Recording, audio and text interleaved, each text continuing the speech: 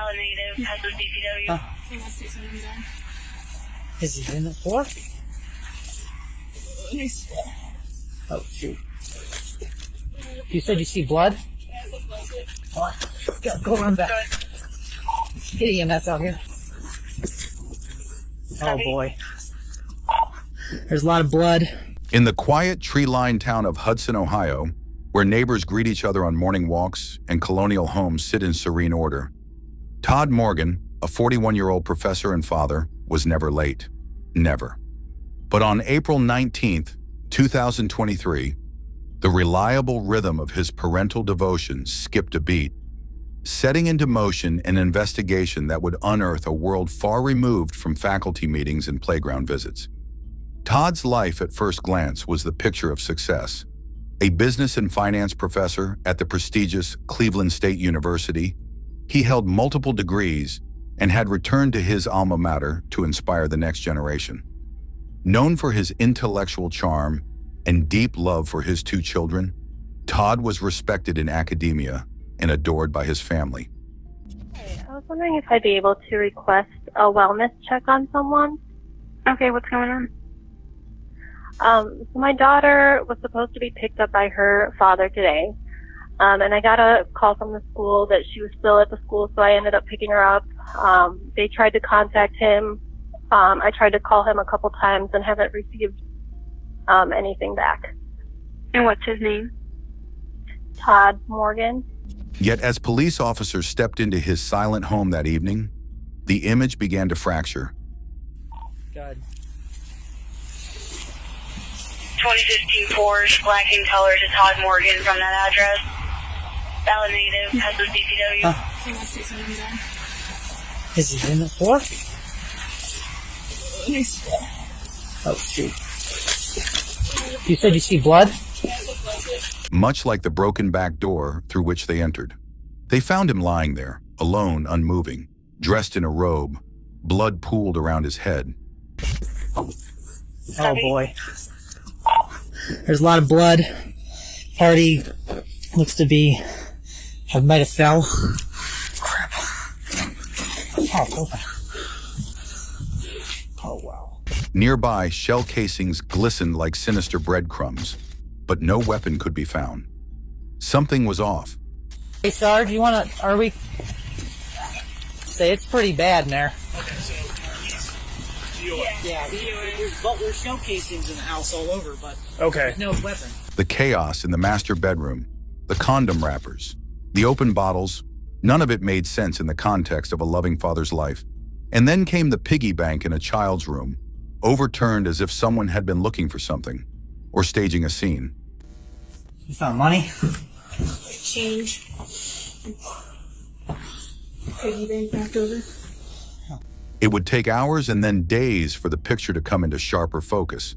And what emerged was a web of secrets and shadows, of love turned transactional, of two lives intersecting through a dating app and ending in bloodshed. The tipping point came quietly. A 911 call made at 7:21 a.m. from Todd's phone. No one spoke, but the call was real, and it placed someone at the scene moments after the fatal shots rang out.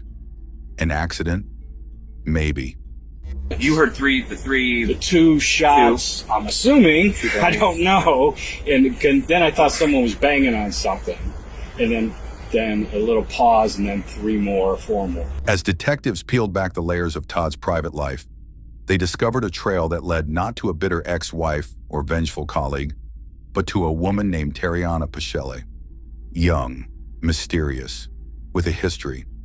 Her name surfaced again and again, in Todd's phone records, on Cash App transactions, even in her own online searches. Who was she? A companion? A professional visitor? A jilted partner? She claimed not to know him, had never been to Hudson. You ever been to Hudson before? I don't recall. Okay. What about around the village? Like, go to a lot of places. Okay. But you can't recall being in Hudson? No. Okay. Had no idea why her phone dialed 911. So, your phone, why would it dial dialed 911 on April 19th. In the morning, at April 19th, around 7:22 in the morning. My phone? Yeah. I don't know. Okay. I don't know why my phone would call. I didn't call nobody. You call 911? No, I did not. Okay. Or why her DNA was on items in his home. Your DNA is inside of that house. Like miles are inside of that house. But surveillance footage said otherwise. I don't know how to work this thing. But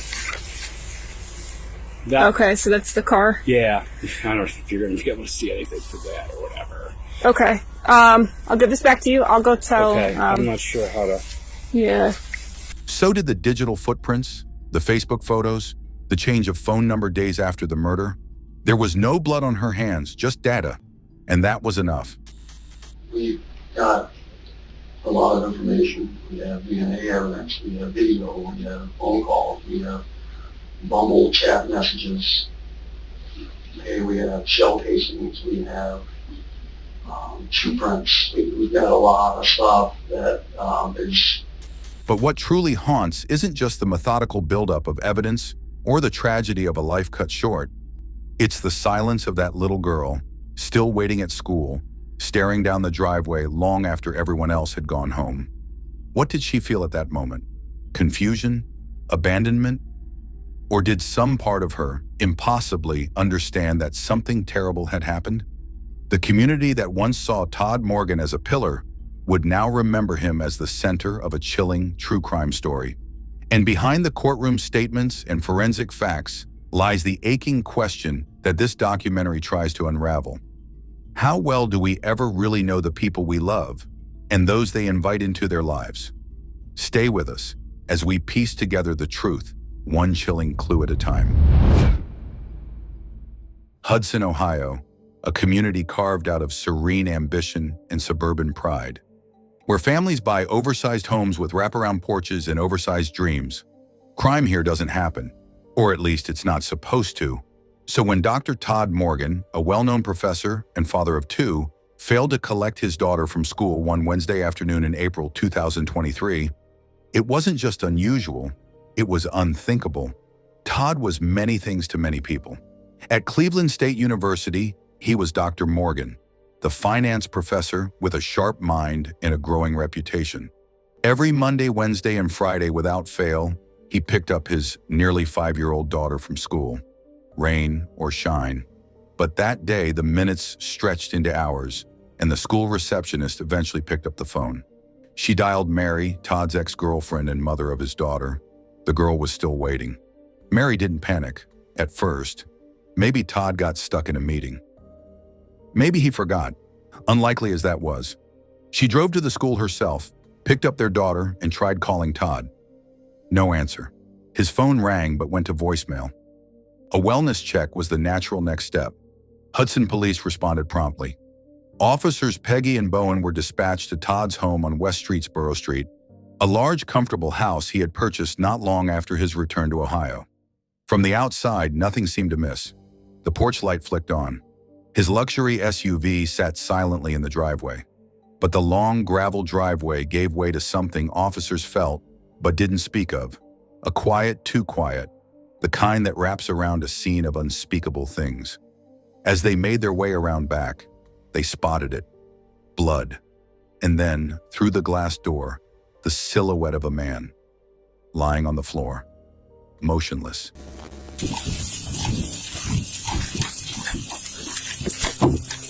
Oh boy. There's a lot of blood. Party looks to be, might have fell. Crap. Oh, okay. Oh, wow. Inside, the sight was grim. Todd's lifeless body lay near the back entrance, dressed in only a bathrobe, his head resting in a pool of dried blood. Nearby were shell casings, one here, another there, but no gun. Was it under him? Did he fall on it? It's a bullet casing here, which that's weird. Why is there a bullet casing here? Had he taken his own life? At first glance, the wound near his temple hinted at But the lack of a weapon and the positioning of the casings began to whisper a darker truth. I don't see a weapon. That's why I'm thinking something else. A weapon of any kind. That's weird. Why is there? This makes me think someone shot him. We're gonna have to call the detectives out. Hey, Sarge, you wanna? Are we? Say it's pretty bad in there. Yeah, there's shell casings in the house all over, but there's no weapon. He's been sitting there for a while. That blood's dried up. Okay. Can you tell me what the is? What's that? It looks weird. The house told its own story, one detail at a time. In the master bedroom, open condom wrappers and bottles of alcohol painted a picture far removed from the scholarly, fatherly image Todd projected. In a child's bedroom, a piggy bank was overturned. You found money? Change. Piggy bank knocked over. But nothing else disturbed. Odd for a break-in. Nothing was missing. Well, if it was a robbery, the house would be more ransacked, right? Guess that one you're in now? His laptops, tablets, even his Porsche, untouched. No forced entry at the front, but the back door appeared broken, or forced, or staged. The deeper investigators dug, the more Todd's double life emerged. The back door looks like it was kicked from the inside. I have not gone inside the house.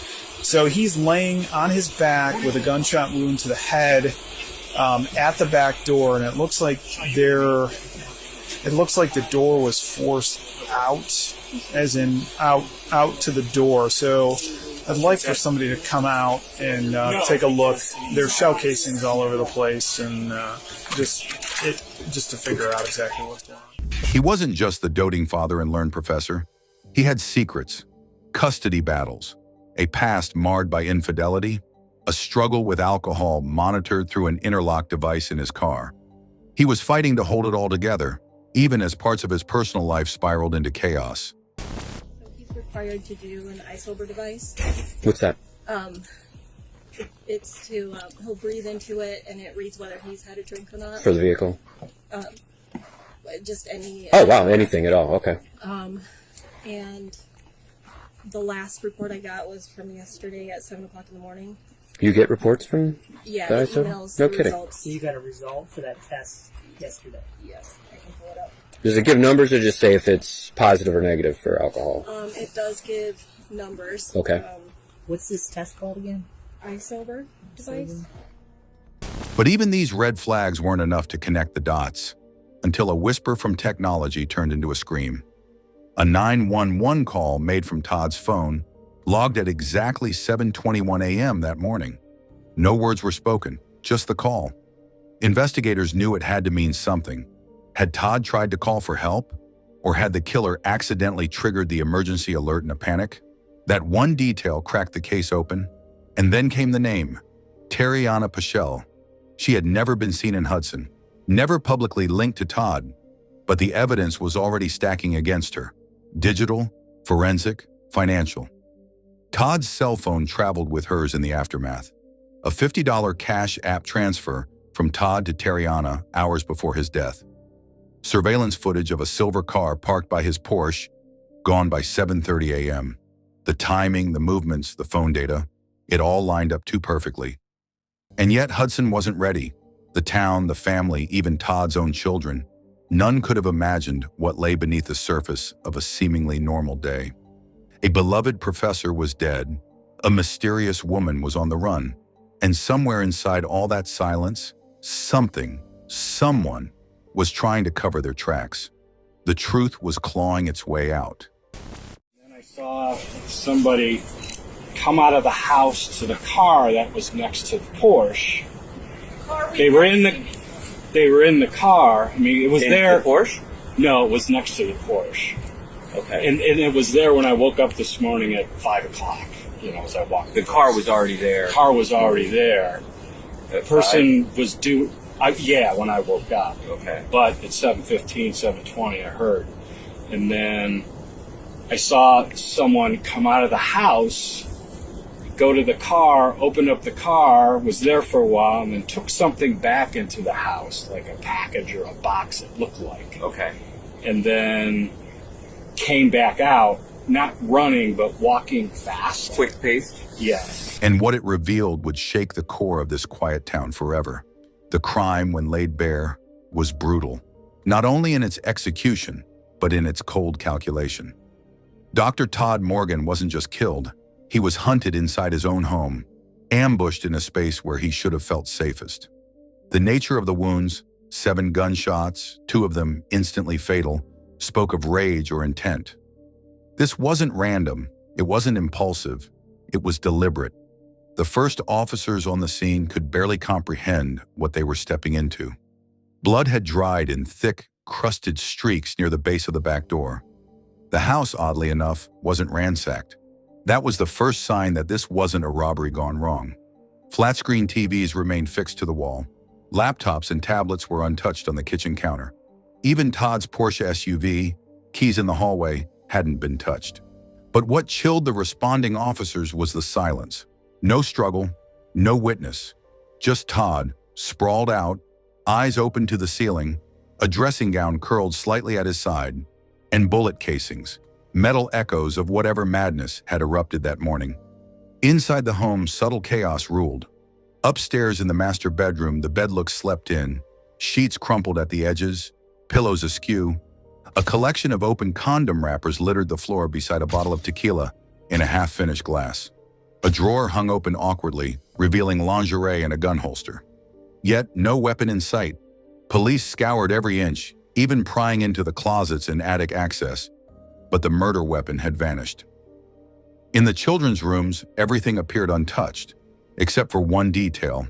In the corner of his daughter's room, her pink ceramic piggy bank had been knocked over. Coins and crumpled bills scattered like forgotten confetti. Not stolen, just disturbed. Change. Piggy bank knocked over. Well, if it was a robbery, the house would be more ransacked, right? Okay, It's that one you're in now?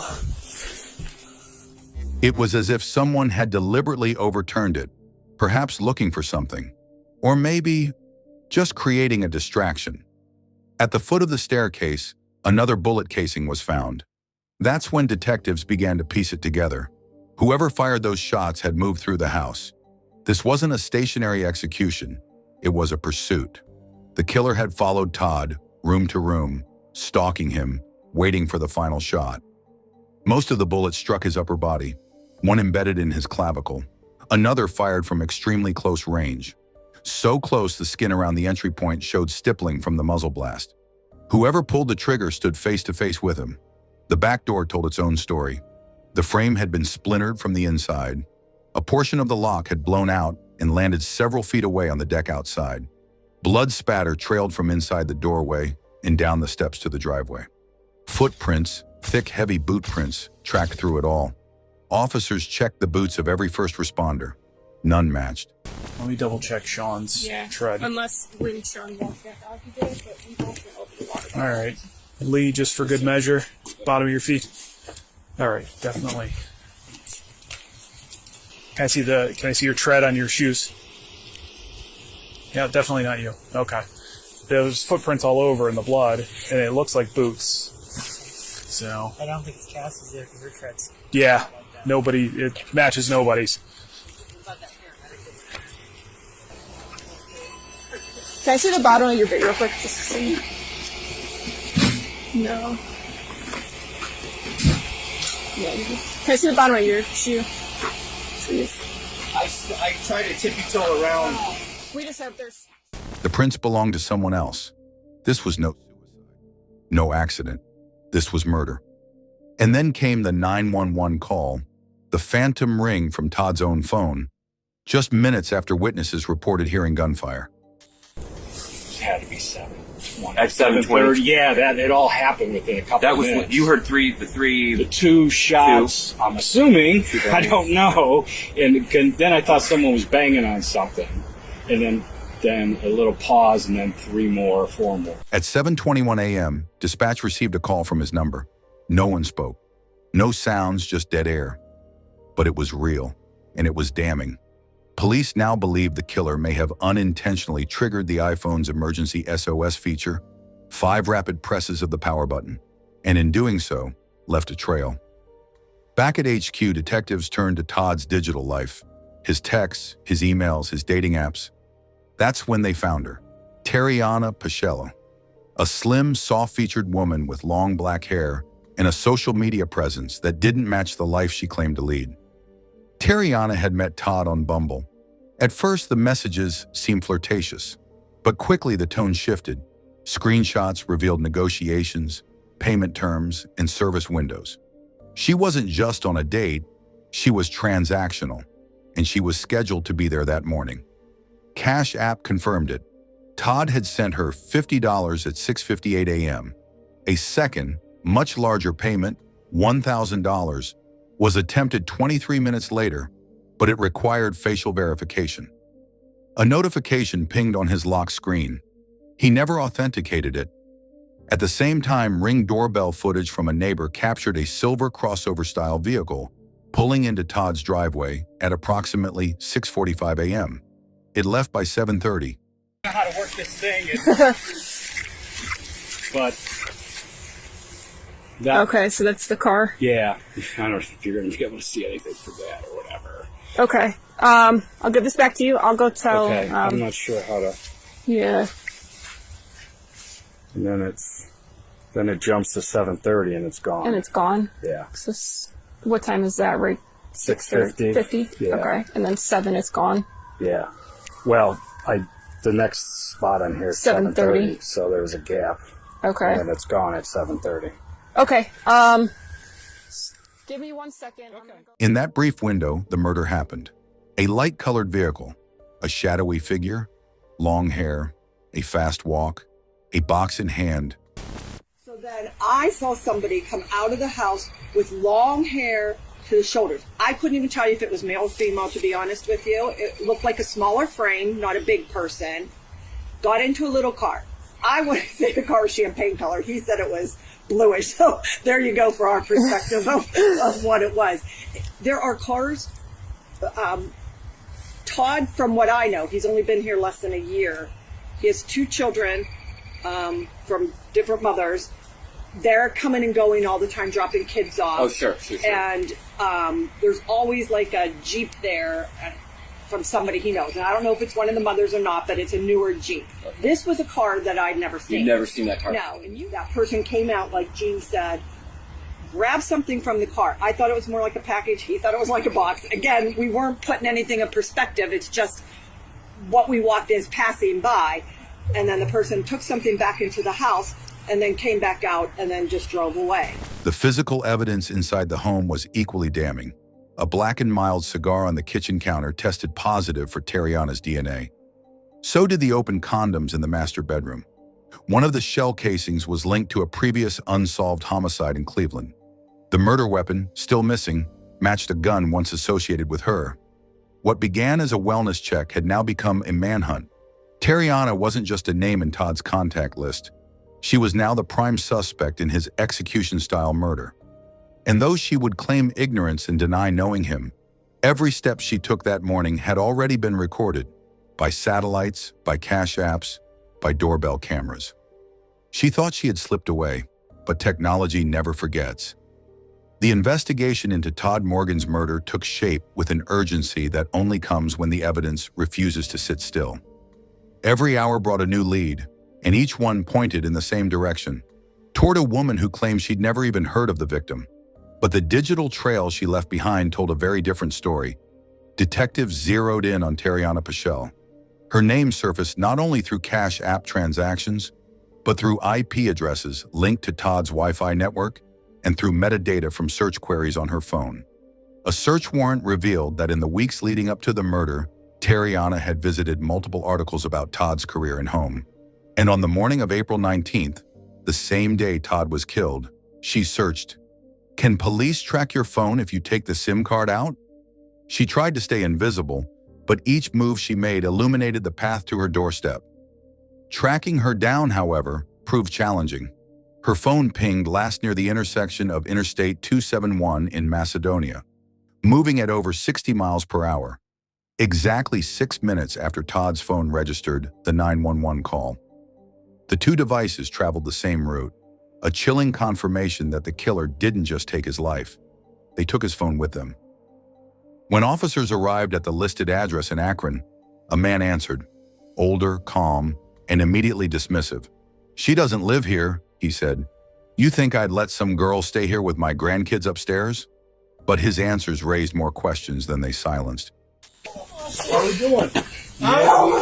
Was she in trouble? Well, when you talk to her. Oh, okay. I definitely let her know. You tell her to call the Hudson Police Department? Hudson Police Department, Hudson, Ohio. Okay, I sure will. What friend she's staying with? I don't know, man. It's some friend. I mean, she's a friend. You know, look like a little girlfriend. You know, she's a young girl. I'm an older man, and I'm just getting my grandkids upstairs in the bed. Y'all think y'all gonna just walk through my dog house? Hell no.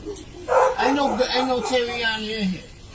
Apparently he's mad. She's What's that? She's with one of her girlfriends in Garden Valley. Getting nailed to your house. Yeah, how far is that from here? It's not far. Oh, we could follow you over there. He refused to let them search the home, said she was staying with a friend, wouldn't say where. The detectives left with nothing except suspicion. Still, they pushed forward. Phone data, pulled from cell towers and GPS logs, led them to an apartment complex in Valley. There, parked in plain sight, was a silver Ford Taurus X, matching the description given by neighbors and seen in ring footage near Todd's home. The back plate was missing. Inside, police found receipts, trace evidence, and, more damningly, signs of an attempted escape plan. Someone had packed in a hurry. When Terriana was finally taken into custody, she remained stone-faced. She denied everything. "Todd Morgan? Doesn't ring a bell," she said. "Hudson? Never been." Okay. You ever been to Hudson before? I don't recall. Okay. What about around I go to a lot of places. Okay. But you can't recall being in Hudson? No. Okay. So, your phone, why would it dial 911 on April 19th? In the morning, at April 19th, around 7:22 in the morning. My phone? Yeah. I don't know. Okay. I don't know why my phone would call. I didn't call nobody. Did you call 911? No, I did not. Okay. I don't know. Did they say I called? I didn't call. Yeah, we get your phone number, and we attempted to call back that morning. We could get an answer. But the investigators were ready. They laid the evidence on the table, piece by piece. They showed her the GPS data placing her phone at Todd's address from midnight until after 7 a.m. on April 19th.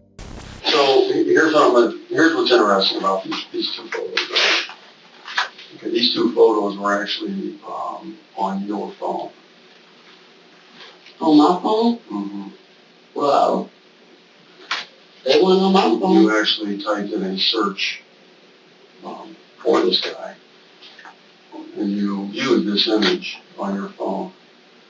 You also did a search for 320 West Streetsville Street, and you viewed this image on your phone. Barry, I will give you an opportunity here to talk to us. We need to know what happened. Okay, and I'm telling you, I don't know what's going on. What do you have? I don't know what's going on. Who's that? They showed the Ring doorbell video of a light-colored car pulling away. They presented images of the shoe prints found in blood, traced back to a pair of Nike sneakers she had worn in a Facebook photo posted just 2 months earlier. Then came the DNA matches. We've got a lot of information. We have DNA evidence, we have video, we have phone calls, we have Bumble chat messages. Okay, we have shell casings, we have shoe prints. We've got a lot of stuff that is a lot of good evidence here. Okay, this is your opportunity to talk to us about it. What's that? I really don't know what you want me to say. I want to know what happened. We want to know what happened. We have a lot of questions. I want to know what happened. The black and mild cigar, the condom wrappers. Both placed her inside the home, inside Todd's private, intimate space. And then came the clincher. Cash app logs showing not one, but two payments. The first for $50, the second an attempted transfer for $1,000 interrupted when Todd failed to verify it. Just minutes later, he was dead. The implication was staggering. Was this a transaction gone wrong? A robbery turned murder? So, Todd Morgan sent you $50 in the morning of April 19th. I don't know. Okay, but he did. So, what I want to ask you is, there was another payment. About 23 minutes later, there was a $1,000 payment that was sent from Todd Morgan to Black Beauty. And you confirm that Black Beauty, this Cash App is you. That's you, obviously, in that picture. So he sent you $1,000. Now, we go back to a $50 payment. You say, guys send you random $50 every now and then. Okay, you guys send you random $1,000 payments? No. Okay, so But it can happen. It could happen. Yeah, it could happen. Or had she come with the intent to kill all along? But even as the evidence mounted, Terriana refused to break. She questioned the legitimacy of every log, denied her own messages, and shrugged off the photos of her car, her searches, her fingerprints. Could have been anyone, she said. That's not proof. Okay, so the morning of April 19th, here's what we have. We have this Cash App payment, right? I went through for $50. We have another Cash App payment that was 23 minutes later for $1,000. We have this vehicle leaving Todd Morgan's house at around 7:23 in the morning on April 19th. You said that's your car. Have your phone at 328 West Streetsboro Street on April 19th at 7 in the morning. You actually have your phone at that address after midnight on April 19th, which looks like it was there overnight. It's not possible. Your DNA is inside of that house. Black and Milds are inside of that house. There are shipments that are inside of the house that match shoes that you're wearing in Facebook photos. What she didn't know, or pretended not to, was that investigators had also connected her to an earlier unsolved homicide in Cleveland. In 2012, a man was shot in his apartment. The bullet casings left behind? A perfect ballistic match to the ones found in Todd Morgan's kitchen. At the time, Terriana had blamed an ex-boyfriend, but now her name was in the center of two murders, not just one. Back in Hudson, as news broke of the arrest, the community stood stunned. Todd's family, already shattered, now faced a new kind of anguish. Not just grief, but betrayal. He had trusted her, let her into his home, paid her, and for that, he had been executed. Still, no confession came. Not then, not ever. Terriana remained silent, cool, unreadable, until the day of her trial. And then, as the courtroom filled with family members, friends, and cameras, she made her first and only admission. She was guilty. The courtroom was silent. Not the respectful quiet of legal decorum, but the heavy stillness of grief, of tension, of finality. On one side, the family of Dr. Todd Morgan sat in a row, eyes hollow from months of agony. On the other, Terriana Pacelli, no longer the woman in online photos with a sly smile and confident posture, but a defendant in shackles, her face unreadable, her gaze fixed ahead. It had been nearly a year since Todd's murder, but for his loved ones, the timeline stood still. Every morning still began with the same thought. He should be here. The plea deal had arrived just days before the trial was set to begin. 20 years to life for murder, an additional 3 for the firearm charge. 23 years minimum. It was a compromise that offered certainty and spared the family the torment of watching the evidence unfold all over again in front of a jury. The prosecutor detailed the state's case one last time for the record. The emergency 911 call from Todd's phone, the forensic match to shell casings from another murder, the DNA on the cigar, the $50 and failed $1,000 payments, the phone GPS trail, the attempt to wipe her presence by changing numbers and devices, all of it layered into a timeline too precise to ignore. The murder was not spontaneous, he said. It was targeted, timed, and cold. Then came the impact statements. Mary, Todd's former partner and the mother of his daughter, stood at the podium. Her voice trembled but held firm. Todd was also a loving father. Since his murder, my daughter's life has been irrevocably altered. At just 6 years old, she's at one of the most impressionable stages of her life.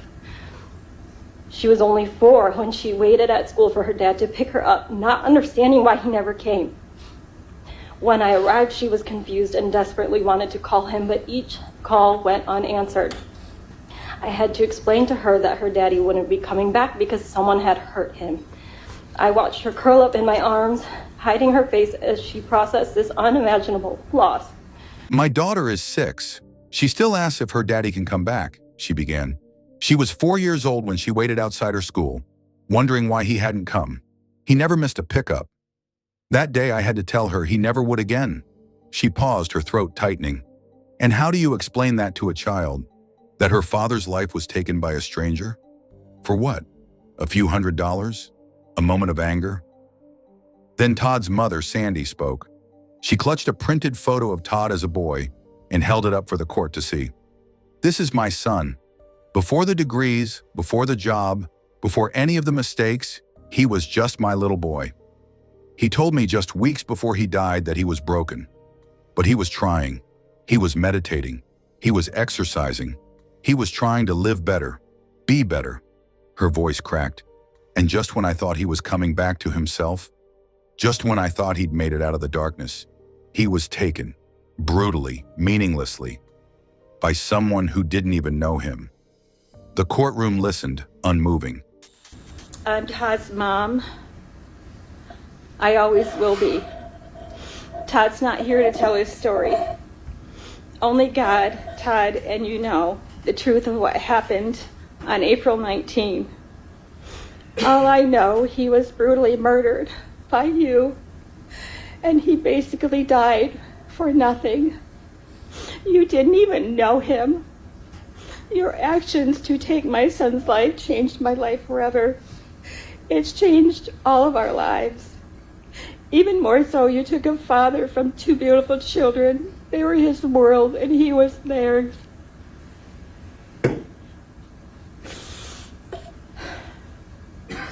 Even the judge's face was heavy with sorrow.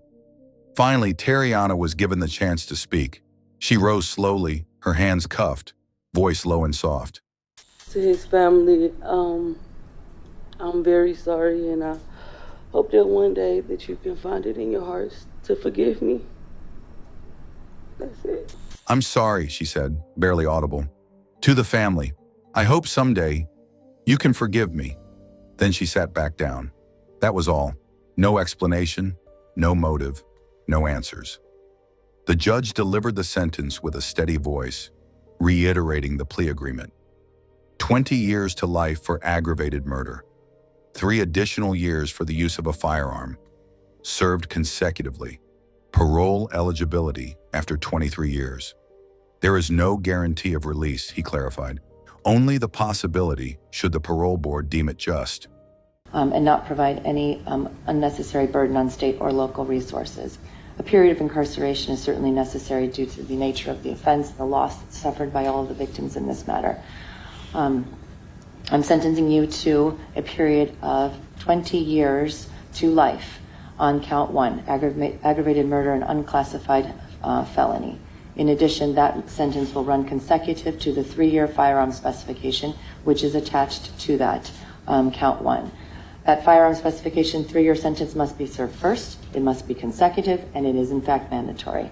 This will make you eligible for parole, which there's no guarantee of that, at the earliest at 23 years, but you could serve up to life in prison for this matter. Do you understand all of that, Ms. Paschal? Yes, Your Honor. All right. Then looking directly at Tariana, he added, "You took a father from his children, a son from his mother, a man who was working to be better. Your actions didn't just end a life, they shattered many." As the gavel fell, the courtroom didn't erupt. There was no applause, no relief.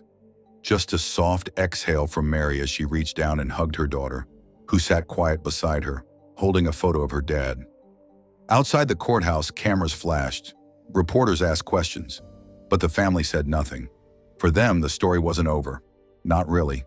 It would live in the quiet spaces of their days, in birthdays missed and graduations unshared, in empty chairs, in bedtime stories left unfinished. Inside the prison van, Tariana was led away. She didn't look back. She didn't need to. Justice had been done. But peace? That would take far longer to arrive. The story of Dr. Todd Morgan is not just a tale of murder. It is a haunting reminder of how thin the veil can be between order and chaos, between safety and vulnerability. It shows us how quickly lives can be shattered, not only by a bullet, but by a decision, a stranger, a secret. He was a father, a teacher, a man trying to get better. He struggled, yes. He made mistakes, but he was present. He showed up for his children. He held down his job. He was climbing out of the fog when the shadows reached back and pulled him under. For Todd's family, the tragedy doesn't end with the sentencing. Grief isn't bound by court dates or legal outcomes. It stretches on. In the morning school runs now done alone, in the empty side of the bed, in the phone calls never made again. His daughter, only 4 when she waited at school for the father who would never come, will grow up with more questions than answers. The questions remain. Was it premeditated? Was it revenge, robbery, or something else entirely? We may never know. Tariana Paschal never explained, never confessed beyond a quiet, "I'm sorry." Her silence leaves a void that no evidence can fill. But this case also speaks to the quiet triumph of investigative work. A single accidental 911 call became the thread that unraveled everything. Technology, phones, GPS, digital payments, even social media, did what human memory and denial could not. It told the truth. Through methodical police work and unrelenting digital forensics, a suspect who tried to vanish in plain sight was brought to justice. The shell casings, the footprints, the metadata, each one a breadcrumb. Together, they led to conviction. The quiet neighborhood of Hudson, Ohio, will never be the same. Neighbors who once waved from porches now lock their doors tighter. The town carries the stain of the unimaginable. But they also remember Todd, the real Todd, the professor with a warm smile, the dad who danced in the living room with his kids, the man who was trying. This documentary has traced his final hours, not to glorify the darkness, but to honor the light he left behind, and to remind all of us, even in small towns and quiet homes, darkness can knock. Often it already knows the way in. Before we close, we want to thank you for walking this journey with us. True crime isn't just about what happened. It's about why it happened and what we can learn from it. If this story moved you, if it left you thinking, share it. Talk about it. Remember the name Todd Morgan. And if you want to see more stories that dig deep, that tell the truth without compromise, help us keep going. You know, floor that you're sleeping with, she messed with the wrong mama.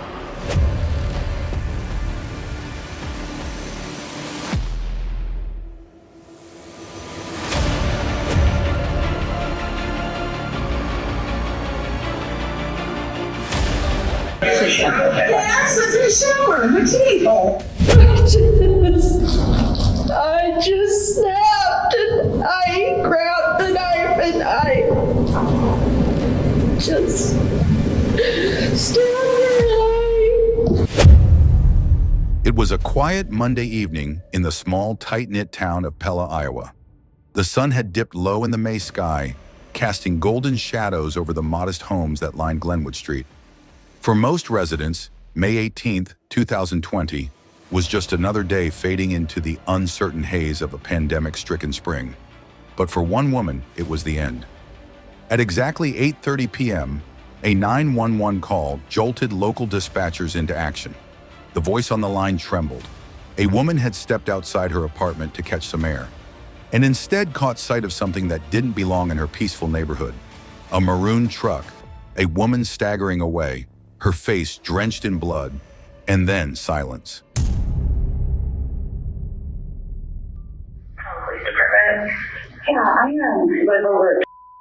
There's what looked like a scuffle between a couple. Well, when I saw her get out of the truck, her face is just all bloody. She looks like she just got in the car and left. This person has a maroon-colored truck, and I don't know what they were fighting over. I don't like. The horn was honking, and I was trying to mind my own business until I saw her.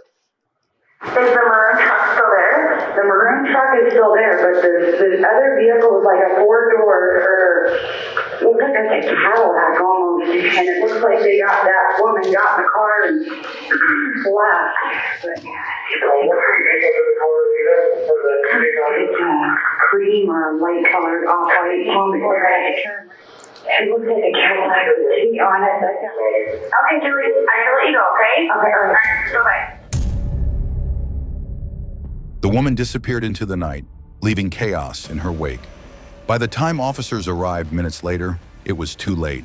Tracy Mondabaugh, a 47-year-old mother of 4, was found slumped in the driver's seat of her boyfriend's truck. Seatbelt still buckled. She never even had the chance to take it off. A single stab wound had pierced her chest, straight through the heart. No signs of forced entry, no weapon left behind. But the killer hadn't vanished without a trace. Outside the truck, officers spotted something curious. A torn blue latex glove finger lying in the grass, like a breadcrumb from a grim fairy tale. Inside, blood and hair told the story of a violent struggle, one that had ended as quickly as it began. The question was not what had happened. That was horrifically clear. The question was why, and more urgently, who had done it. Witnesses described a disturbing scene, screams of possession and desperation. "He's mine, you can't have him," one neighbor recalled hearing. Rage, jealousy, obsession. It wasn't long before investigators turned their focus to one name, Michelle Boat. Michelle was no stranger to Tracy. In fact, she may have thought about her more than anyone else in the world. You see, Tracy was dating Michelle's husband. For 20 years, Michelle Boat had been Nick Boat's wife, the mother of his children, and the partner in a marriage that had long grown cold. According to Nick, those 2 decades had been filled with resentment, disconnection, and emotional isolation. But when Michelle found out that Nick had left her for another woman, this woman, her heartbreak didn't fade. It festered. It grew teeth. Police quickly discovered a chilling timeline. Michelle had been following Tracy, watching her, stalking her every move. Not once, not twice, but for weeks. A surveillance camera showed her Cadillac creeping behind Tracy's truck at a local Burger King. Another showed her circling a laundromat where Tracy had been only minutes earlier. Then there were the binoculars, the gloves, the gardening tools, the hidden towels stuffed into a toilet tank, the haunting message left on Nick's voicemail, directed at Tracy. And tell the bitch, whore that you're sleeping with, she messed with the wrong mama. A calendar hanging in Michelle's kitchen. Starting from March 12th, the day Nick left her, Michelle had marked each passing day with a single word. Gone. 69 days. One word. Every single day. But what had Michelle really been counting down to? Was this the mental unraveling of a heartbroken wife in a pandemic world? Or was it something darker, something deliberate? When Michelle Boat was arrested later that night, she opened the door with a towel wrapped around her head, freshly showered. She acted surprised, calm, almost confused, but hidden behind her eyes was a storm the town of Pella would never forget.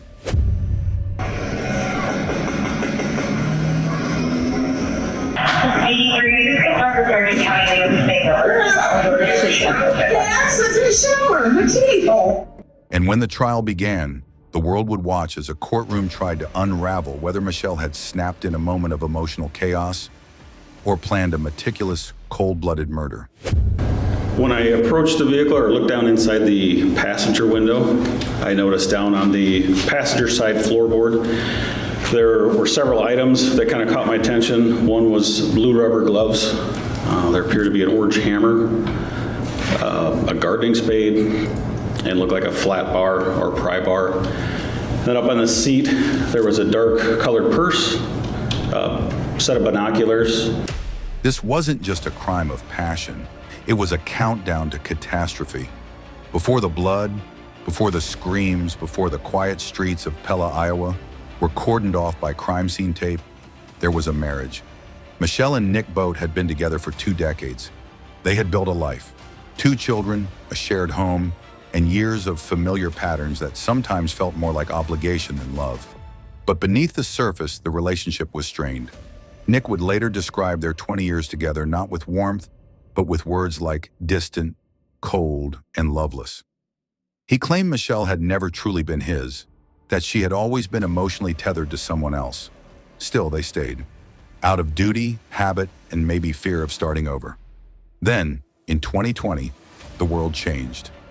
As COVID-19 swept across the globe, panic and isolation became part of everyday life. The world outside was crumbling, and inside that crumbling world, Nick Boat found something unexpected, a new connection. Her name was Tracy Mondabaugh. She was 47 years old, a mother of 4 and a grandmother. She was kind, funny, and grounded. Her life hadn't been easy, but she faced it with warmth and resilience. One day by sheer accident or fate.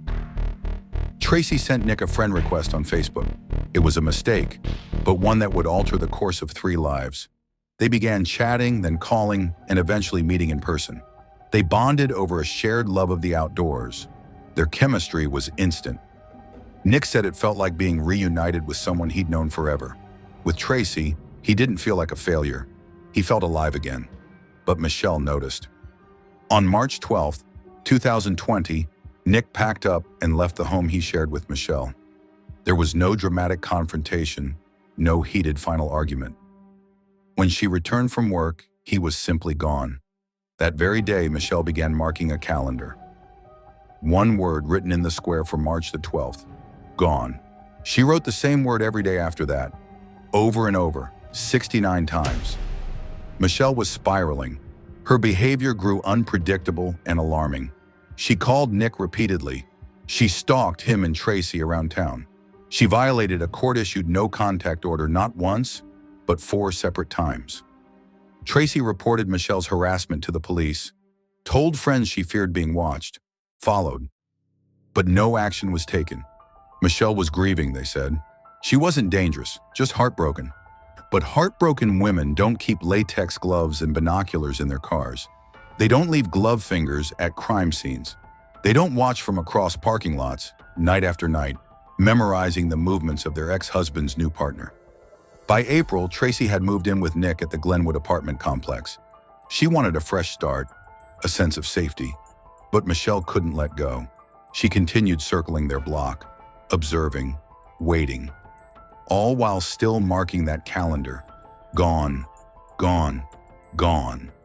I heard noises in the back and the drive, horns honking, raising a ruckus. Inside Michelle, something was building, a storm. Not a sudden explosion of rage, but a slow, deliberate boil, fueled by rejection, by loneliness, by the belief that someone else had stolen the life she still believed was hers. And then, on May 18th, 2020, exactly 69 days since Nick had left, Michelle got into her car. She told herself she just wanted to see him, maybe talk, maybe plead for one last chance. But what she did next was far from a cry for reconciliation. It was something darker, something fatal. That night, Tracy Mondabaugh would be found stabbed to death in the front seat of a truck, still wearing her seatbelt. And Michelle Boat would tell the world that it wasn't planned, that it was a moment of passion, not premeditation. But the calendar, the gloves, the car full of tools, and the haunting voicemail she once left Tracy all pointed to a different truth. This wasn't just a heartbreak, it was a countdown. And at the end of that countdown was murder.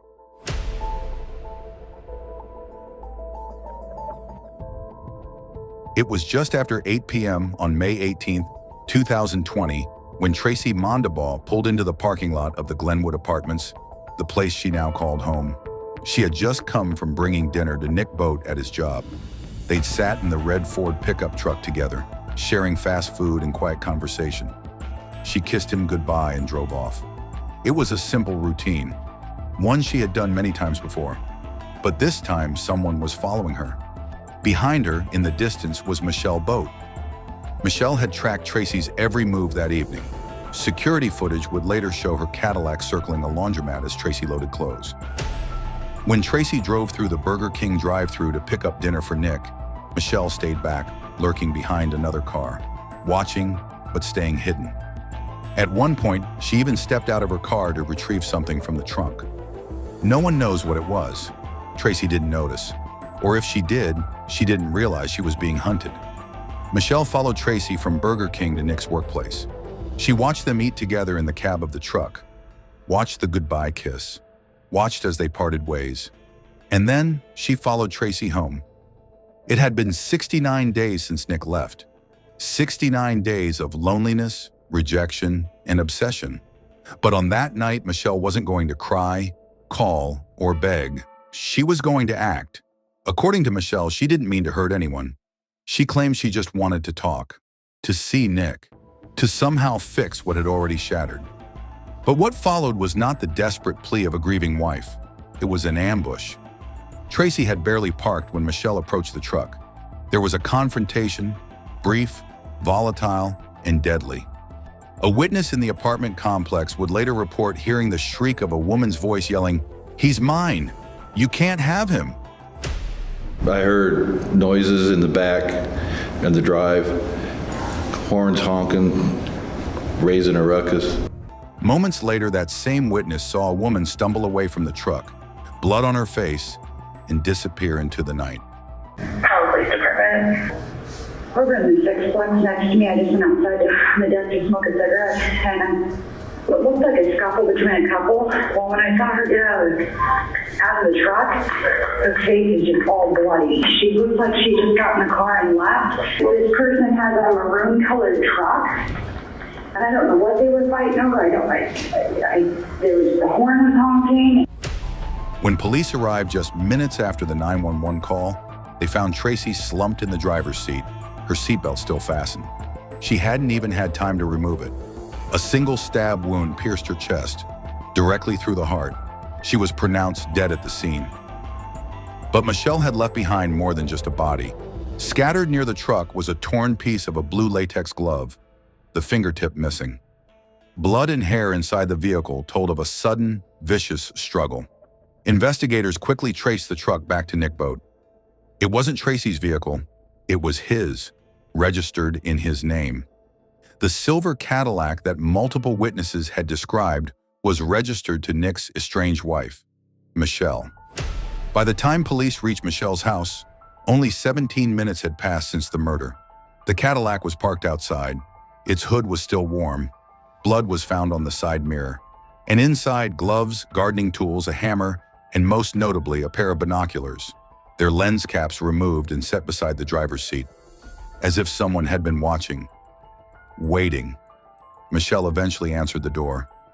She appeared calm, surprised, said she had just been taking a shower, but something was off. Inside the house, police found the washing machine mid-cycle. A single outfit was being washed. Jeans, a top, socks, undergarments. All of it soaked, spinning. In the bathroom, a set of car keys sat on the counter. Attached to the key fob was a long, dark hair, consistent with Tracy's. And in the toilet tank, they found the missing glove finger, stuffed inside a white towel, blood-stained, torn, a perfect match to the glove fragment found at the crime scene.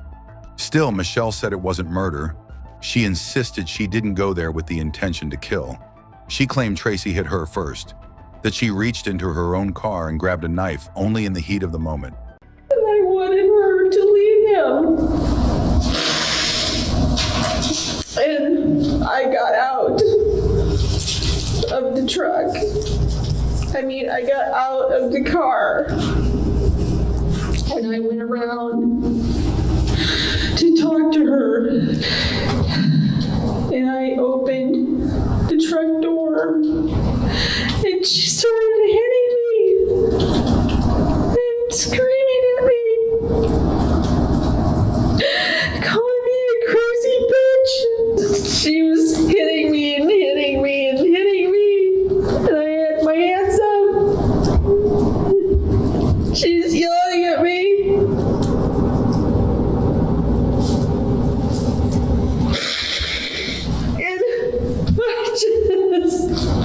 I just snapped and I grabbed the knife and I just stabbed her and I dropped the knife and I went back around the car and went home. But Tracy was still wearing her seatbelt. She hadn't tried to run, hadn't even unbuckled. She likely never saw it coming. Michelle left the scene, discarded evidence, took a shower, and put her clothes in the wash. When the police informed her that Tracy was dead, her response was chilling. God works in mysterious ways, doesn't he? This was no accident. This wasn't an impulsive act. This was a countdown, followed by execution. The trial of Michelle Boat began with a quiet tension that settled over the courtroom like dust. She entered wearing a mask, not just the cloth one required during the pandemic, but the hardened expression of someone trying not to flinch under the weight of murder. Across from her sat the family of Tracy Mondabaugh, eyes hollowed by grief, waiting to hear how a woman they loved had been reduced to a name on a docket in a single, fatal wound. The prosecution moved swiftly. They laid out a timeline, methodical, chilling, and damning. They walked the jury through the days leading up to May 18th, the surveillance footage, the stalking, the gloves, the torn fingertip, the blood spatter. They showed how Michelle had ample opportunity to walk away, to cool down, to change her mind. But instead, she followed Tracy across town like a predator tracking prey. Then came the calendar. Day by day, Michelle had marked "gone" on her kitchen wall, counting from the moment her husband walked out. To the state, this wasn't a coping mechanism. It was a countdown, an emotional fuse that had finally reached its explosive end. Prosecutors painted Michelle as a woman obsessed, enraged, and determined to eliminate the one person she blamed for losing her husband. The evidence felt overwhelming. A glove piece matching the crime scene hidden in a toilet tank, binoculars in the car, a house staged for cleanup. And that haunting final response to police. God works in mysterious ways. But Michelle's defense wasn't giving up without a fight. She took the stand in her own defense, a rare and risky move. She spoke softly, often through tears, telling the jury about her devastation, her drinking binges, her mental breakdowns after Nick left. Did you tell them that you stabbed Tracy? No. Did you tell them that you hadn't seen Tracy in months? Yes, that's what I told them. I lied to the police because I knew I was in trouble and I was scared and I didn't know what to do. I was so scared. She said she wasn't herself, that she'd been pushed to the edge, that she'd been isolated by the pandemic and blindsided by betrayal. Her defense team didn't deny the stabbing. They didn't even deny the stalking.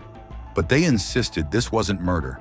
It was manslaughter, a tragic, heat-of-the-moment response to unbearable emotional pain. Michelle claimed Tracy had hit her first, that she reached into her car, grabbed the knife without thinking, and snapped. She didn't mean to kill her, she said. She just lost control. But the prosecution didn't buy it. They returned to the glove, the surveillance, the moment Michelle got out of her car to retrieve something from the trunk. Was it the knife? The gloves? Whatever it wasn't an accident. It wasn't heat of the moment. It was preparation. They emphasized how poorly the cover-up was executed, not because Michelle hadn't planned the attack, but because she didn't plan to get caught. In closing arguments, the state reminded the jury, Tracy never had a chance. She didn't even unbuckle her seatbelt. And Michelle? She had gloves, she had a knife, she had motive, and she had time to make a different choice. They asked you questions. Yes. You denied knowing anything about Tracy's killing. Yes, I did. They asked you multiple times to tell them your side of the story, right? Yes. And then the police tell you Tracy has been hurt seriously, right? Yes. Yes. And your response was, God works in mysterious ways, doesn't he? Yes, I said that. After just 45 minutes of deliberation, they returned with a verdict. Guilty of first-degree murder. A Marion County jury has found Michelle Boat guilty of first-degree murder. Yeah, ruling quickly today, the jury found the Pella woman intentionally killed Tracy Mondabaugh, the girlfriend of her estranged husband. KCCI's Scott Carpenter is here now with the prosecution's closing argument and the moment the verdict was announced. We, the jury, find the defendant guilty of murder in the first degree. The jury ruling that Michelle Boat is guilty of the most serious charge possible. The defense had argued for a voluntary manslaughter charge. Her attorneys claim that Boat acted in the heat of passion when she followed Tracy Mondabaugh home and stabbed her in the heart while she was still wearing her seatbelt. The prosecution told the jury that Boat killed Mondabaugh because she finally had the opportunity.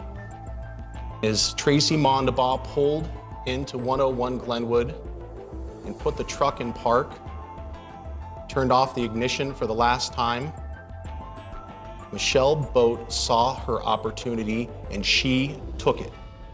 The courtroom fell silent as the judge read the words.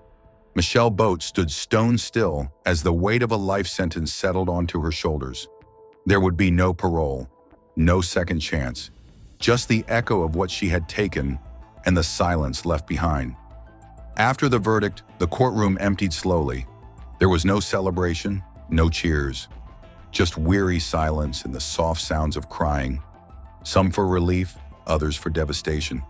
Because while justice had been served, there were no winners, only survivors.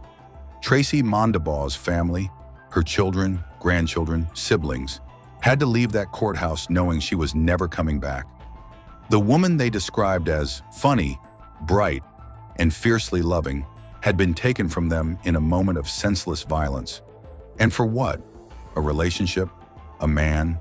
A jealousy that bloomed into rage? For Nick Boat, the guilt was impossible to avoid. He sat through the trial as both witness and reluctant catalyst. He had loved Tracy, that much was clear. But the weight of his choices, of ending one relationship and beginning another so quickly, pressed heavily against him. His testimony, filled with visible grief, painted him as someone trying to move on, only to see his past drag destruction into his future. He would later say that the last image he had of Tracy was her waving goodbye as he returned to work that night, completely unaware that she was being followed to her death. Michelle Boat was transferred to Iowa Correctional Institution for Women, where she began serving her mandatory life sentence without parole. Ms. Boat, I'll have you stand and listen to the reading of the verdict.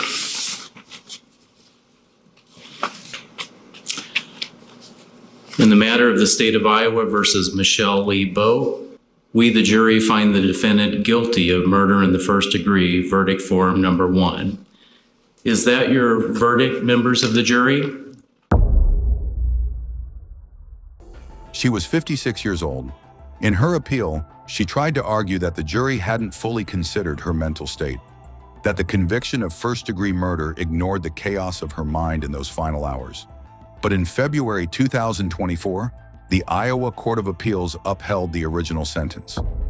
How did you feel when you realized on March 12th that Nick had left? Heartbroken, sad, despondent, devastated, destroyed. Like my whole life had just walked out the door. How is the pandemic affecting my life? I just didn't have anything. I didn't have any money, I didn't have any food, I didn't have anybody to talk to about my situation. You know. And you weren't getting work at the hospital? I wasn't getting work at the hospital. Her actions, they said, were not just tragic, they were calculated. Back in Pella, life moved on. But not really. The apartment complex where the murder happened would never feel the same. Neighbors who heard the scream that night would relive it over and over. Some even moved away. Others kept porch lights on a little longer. Parents pulled their kids inside a little earlier. For Tracy's children, the loss came like a blackout. I just watched her and I followed her to wherever she was going because I wanted to know where my husband was living. One moment she was sending texts, making plans, giving advice. The next she was gone. Her grandchildren would never know her laugh. Her daughters would never get her guidance. Her name would forever be followed by the words murder victim, something she never deserved to be. But in the grief, there was also something else, remembrance. Friends and family began sharing stories about Tracy's laugh, her sarcasm, her kindness. They planted a tree in her memory, shared her photos online, made sure her life wouldn't be defined by her death, but by how she lived. In every one of those stories, Tracy was the center of gravity, the calm, the warmth, the heart. And perhaps that's the cruelest part of this tragedy, because at its core, this wasn't about a love triangle or a spontaneous snap. This was about control, about one woman who couldn't let go, about a marriage that had ended, but whose shadow stretched far enough to consume someone entirely uninvolved. Michelle Boat said she felt like her whole life had walked out the door when Nick left, but in trying to reclaim it, she destroyed someone else's. In the end, the case of Michelle Boat and the murder of Tracy Mondabaugh wasn't just about a crime, it was about choices. It was about what happens when heartbreak turns into fixation, when pain curdles into entitlement, and when one person decides that their suffering justifies someone else's end. Michelle chose to follow Tracy. She chose to stalk, to threaten, to wait. She chose to bring gloves to get out of her car and to confront a woman who had never wronged her, other than by falling in love with someone Michelle believed still belonged to her. That belief, twisted and poisoned by jealousy, became a weapon far more dangerous than any knife. And it's a chilling reminder of how easily tragedy can emerge from obsession, how fast love can be distorted into possession. Tracy's death wasn't the result of a random act of violence. It was the endpoint of a pattern, a slow, steady descent into something dark, and no one stopped it in time. But if there's anything to take from this story, perhaps it's this. People leave, they move on, they change, hearts break, lives shift. And no matter how much it hurts, we always have a choice in how we respond. We can seek healing, or we can seek revenge. One path leads to closure, the other leads to prison walls and permanent loss. Tracy Mondabaugh had every right to rebuild her life. She was doing what so many of us try to do after pain. Move forward, love again, start over. She didn't deserve them.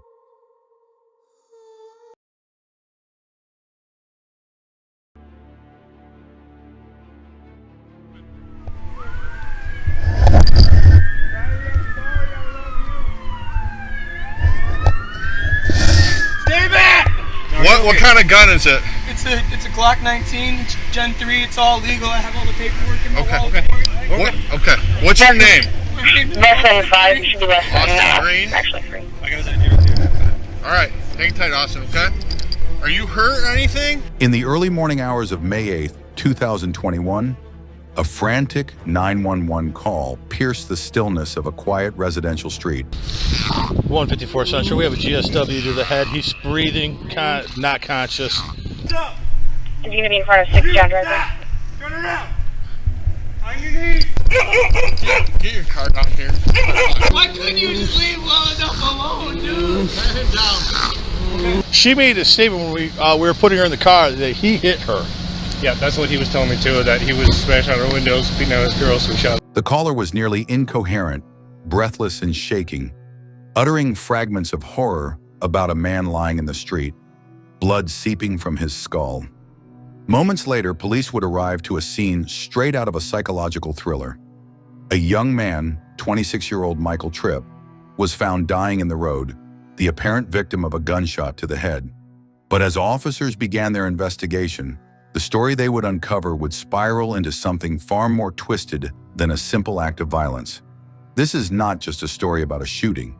It's a story about obsession, betrayal, and a love triangle so volatile that it exploded into murder. What began as a romantic falling out soon escalated into a deadly trap, one that might have been carefully planned by someone the victim trusted most. But let's not get ahead of ourselves. The first officers on the scene encountered Austin Green, standing just feet away from the bloodied body. 47, tell him Shave is stepping up.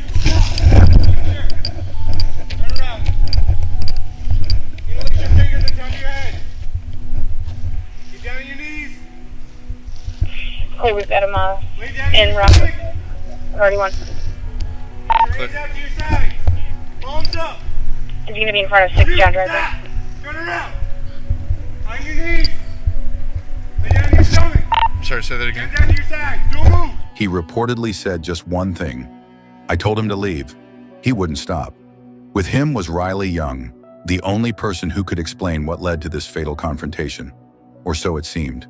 What followed was a painstaking investigation that would stretch into hours of interrogation, surveillance footage, digital forensics, and a deep dive into the private lives of 3 people whose relationships with one another blurred the line between love and manipulation. At the heart of the storm stood Riley, a young mother and girlfriend torn between 2 men. Or was she the one pulling the strings all along? Riley and Austin insisted it was self-defense, that Michael was the aggressor. I loved him to death. I did not mean to do it. I just wanted him to stop. He wouldn't stop. I was just trying to go home and go to bed so I could get my kids. He just kept going. He kept screaming. He just wouldn't stop, man. He was like an animal just got released out of a cage, and he was just going for everybody's head. That he had become unhinged, stalking Riley, harassing her, threatening to burn down Austin's trailer with the children inside. That he punched both of them just moments before the gunshot rang out. We all jumped because he was breaking windows at 2:30 in the morning, and he's standing there, he was yelling and screaming. What's he saying? You're gonna talk to me or I'm gonna catch this house on fire. And Austin walked outside and he's always got his gun on his hip. She made a statement when we were putting her in the car that he hit her. Yeah, that's what he was telling me too, that he was smashing on her windows, beating out his girl, so he shot him. Was this shooting the tragic climax of a toxic emotional web, or something far more premeditated? Consider this. Riley had only broken up with Austin 2 weeks prior. She quickly moved on to Michael, Austin's best friend. I just want to get all the relationship figured out, and then we can go into everything that happened. So you guys broke up 2 weeks ago? Yeah. Did you know Michael before, or did you guys just meet? He was Austin's best friend. Okay. So after, were you guys talking pre-breakup, or was it after breakup that the relationship started?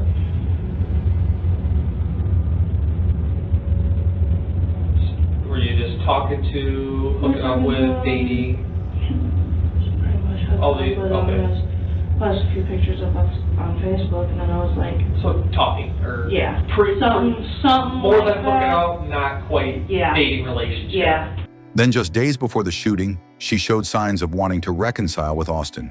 Texts, calls, and in-person conversations hinted at mixed messages. Jealousy was simmering. So was rage. And somewhere between the lies, the truth slipped. During the interrogation, both Riley and Austin told their stories. Austin claimed he acted out of fear, that Michael's violent outburst forced his hand. Riley, however, painted herself as a victim caught in the crossfire of 2 men fighting for her affection. But detectives noticed something odd. Her demeanor remained calm, even when recounting the exact moment Michael was shot. There were no tears, no panic, just matter-of-fact storytelling that didn't quite match the horror of what had happened. If you were to hear her speak, you might think she was describing a bad date, not the violent death of a man she'd called her boyfriend just days earlier. Then came the surveillance footage. It captured moments leading up to the fatal shot. Riley chasing Michael, Austin confronting him. The subtle but crucial seconds where everything changed. And then, the flash of a muzzle. Dude, what do you do? What do you do when the guy's eyes bulging out of his head and there's brain laying on? I don't have any like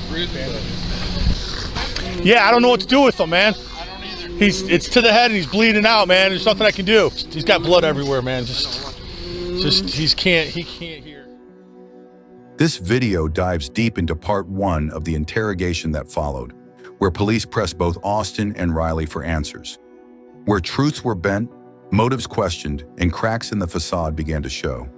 It's an emotional roller coaster of confession, deflection, and silent stares that say more than words ever could. But this is just the beginning. As you'll soon discover, nothing is what it seems. And when love turns deadly, the truth dies with it, unless someone talks. In a quiet corner of Monroe County, Michigan, the early hours of May 8, 2021, began like any other, until they didn't. By sunrise, an entire community would be rattled by a gruesome discovery in the middle of a neighborhood street. A young man, 26-year-old Michael Tripp, lay dying from a gunshot wound to the head. The blood was still fresh. The fear was still thick in the air. Neighbors, awakened by sirens and flashing lights, watched in stunned silence as police cordoned off the area, knowing that something terrible had happened, but having no idea just how dark this tragedy truly was. The kid ran up and the windows busted out right there. The glass was flying in through the living room. And I didn't run outside when all this happened. I'm not a confrontational person and shit. So when this happened, I stayed inside with the dog and shit. Who was all in the house? It was just Riley and Austin. Okay, I don't know. Michael Tripp? I don't know. Well, Austin was with Riley. And she cheated with him, with Michael. And then they started, together, and... Your sister and Michael? Yeah. Okay. And I'm assuming that's why this happened. So is this like a ongoing thing that happened recently with her cheating and this baby mama drama? Yeah, it just happened. Okay. So, Mr. Green and... What's his guy's... Michael Tripp? Yeah, Michael Tripp. Okay. So they got some bad blood there, obviously. Yeah. He was staying in his house rent-free and girl behind his back. At first glance, it seemed like an open and shut case. There was a shooter, a motive, and witnesses. Austin Green, who remained at the scene, didn't run. He didn't resist arrest. Instead, he waited, pacing and sobbing, his hands raised as police approached. According to initial reports, he had acted in self-defense. But as the minutes passed and officers began interviewing him and his girlfriend, Riley Young, an unsettling realization began to surface. This wasn't a spontaneous act of violence. It was the result of weeks, perhaps months, of tangled emotions, broken loyalties, and psychological unraveling. Michael Tripp wasn't just any man. He was Austin's best friend, or at least he had been. That friendship began to fall apart when Riley, the mother of Austin's children, abruptly left him and started a new relationship with Michael. What followed was an emotional spiral that saw jealousy harden into resentment and love curdle into something dangerously close to hatred. Within 2 short weeks, Riley had gone from committed partner to ex-girlfriend, from nurturing mother to a woman caught between 2 men, both vying for control, affection, or maybe just closure. But Riley wasn't merely a pawn in this story. Some would say she was the queen. As detectives dug deeper, they learned that Riley had been the connecting thread between Austin and Michael, even long before the fatal night. She had history with both men. With Austin, she shared children, a home, and a turbulent past. With Michael, she shared a newly ignited romance, one that seemed to bloom too quickly and too fiercely for comfort. But what truly raised eyebrows was her behavior in the hours leading up to the murder, and especially after it. When interviewed, Riley appeared composed, even clinical. She answered questions as if recounting an inconvenience, not a traumatic loss. No tears, no panic, just cold recollection. Meanwhile, Austin's emotional state was unraveling in real time. He told police he didn't mean for any of this to happen, that Michael had shown up at his home in a rage, smashed his front window, and threatened to set his trailer on fire, with his children inside, that he'd begged Michael to leave, to de-escalate, to stop. But Michael wouldn't, and when he allegedly hit Riley, then Austin, that's when Austin pulled the trigger. That's when everything stopped. But what if Michael didn't come looking for a fight? What if he came because Riley told him to? What if this was less about a crime of passion and more about a carefully staged confrontation?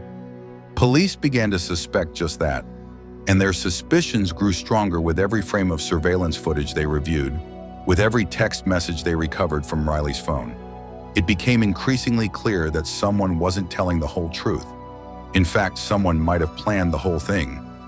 Now imagine being in that interrogation room. On one side of the table, a young father sobbing into his hands, confessing to a killing he claims he didn't want to commit. On the other, a calm, calculating partner, recounting the night in a tone almost too calm. Between them lies the truth, but it's hidden beneath layers of manipulation, emotion, and silence. This is the story of what happens when a love triangle becomes a ticking time bomb, when heartbreak morphs into obsession, and when three lives crash together with irreversible consequences. It begins with a gunshot, but where it ends, that's what we're here to uncover. The night everything unraveled began with a knock, or more accurately, a crash. At approximately 2:30 a.m., while Austin Green sat in his trailer eating a late-night meal, a sudden shattering of glass interrupted the quiet. Michael Tripp had arrived. Not with peace, not with closure, but with chaos.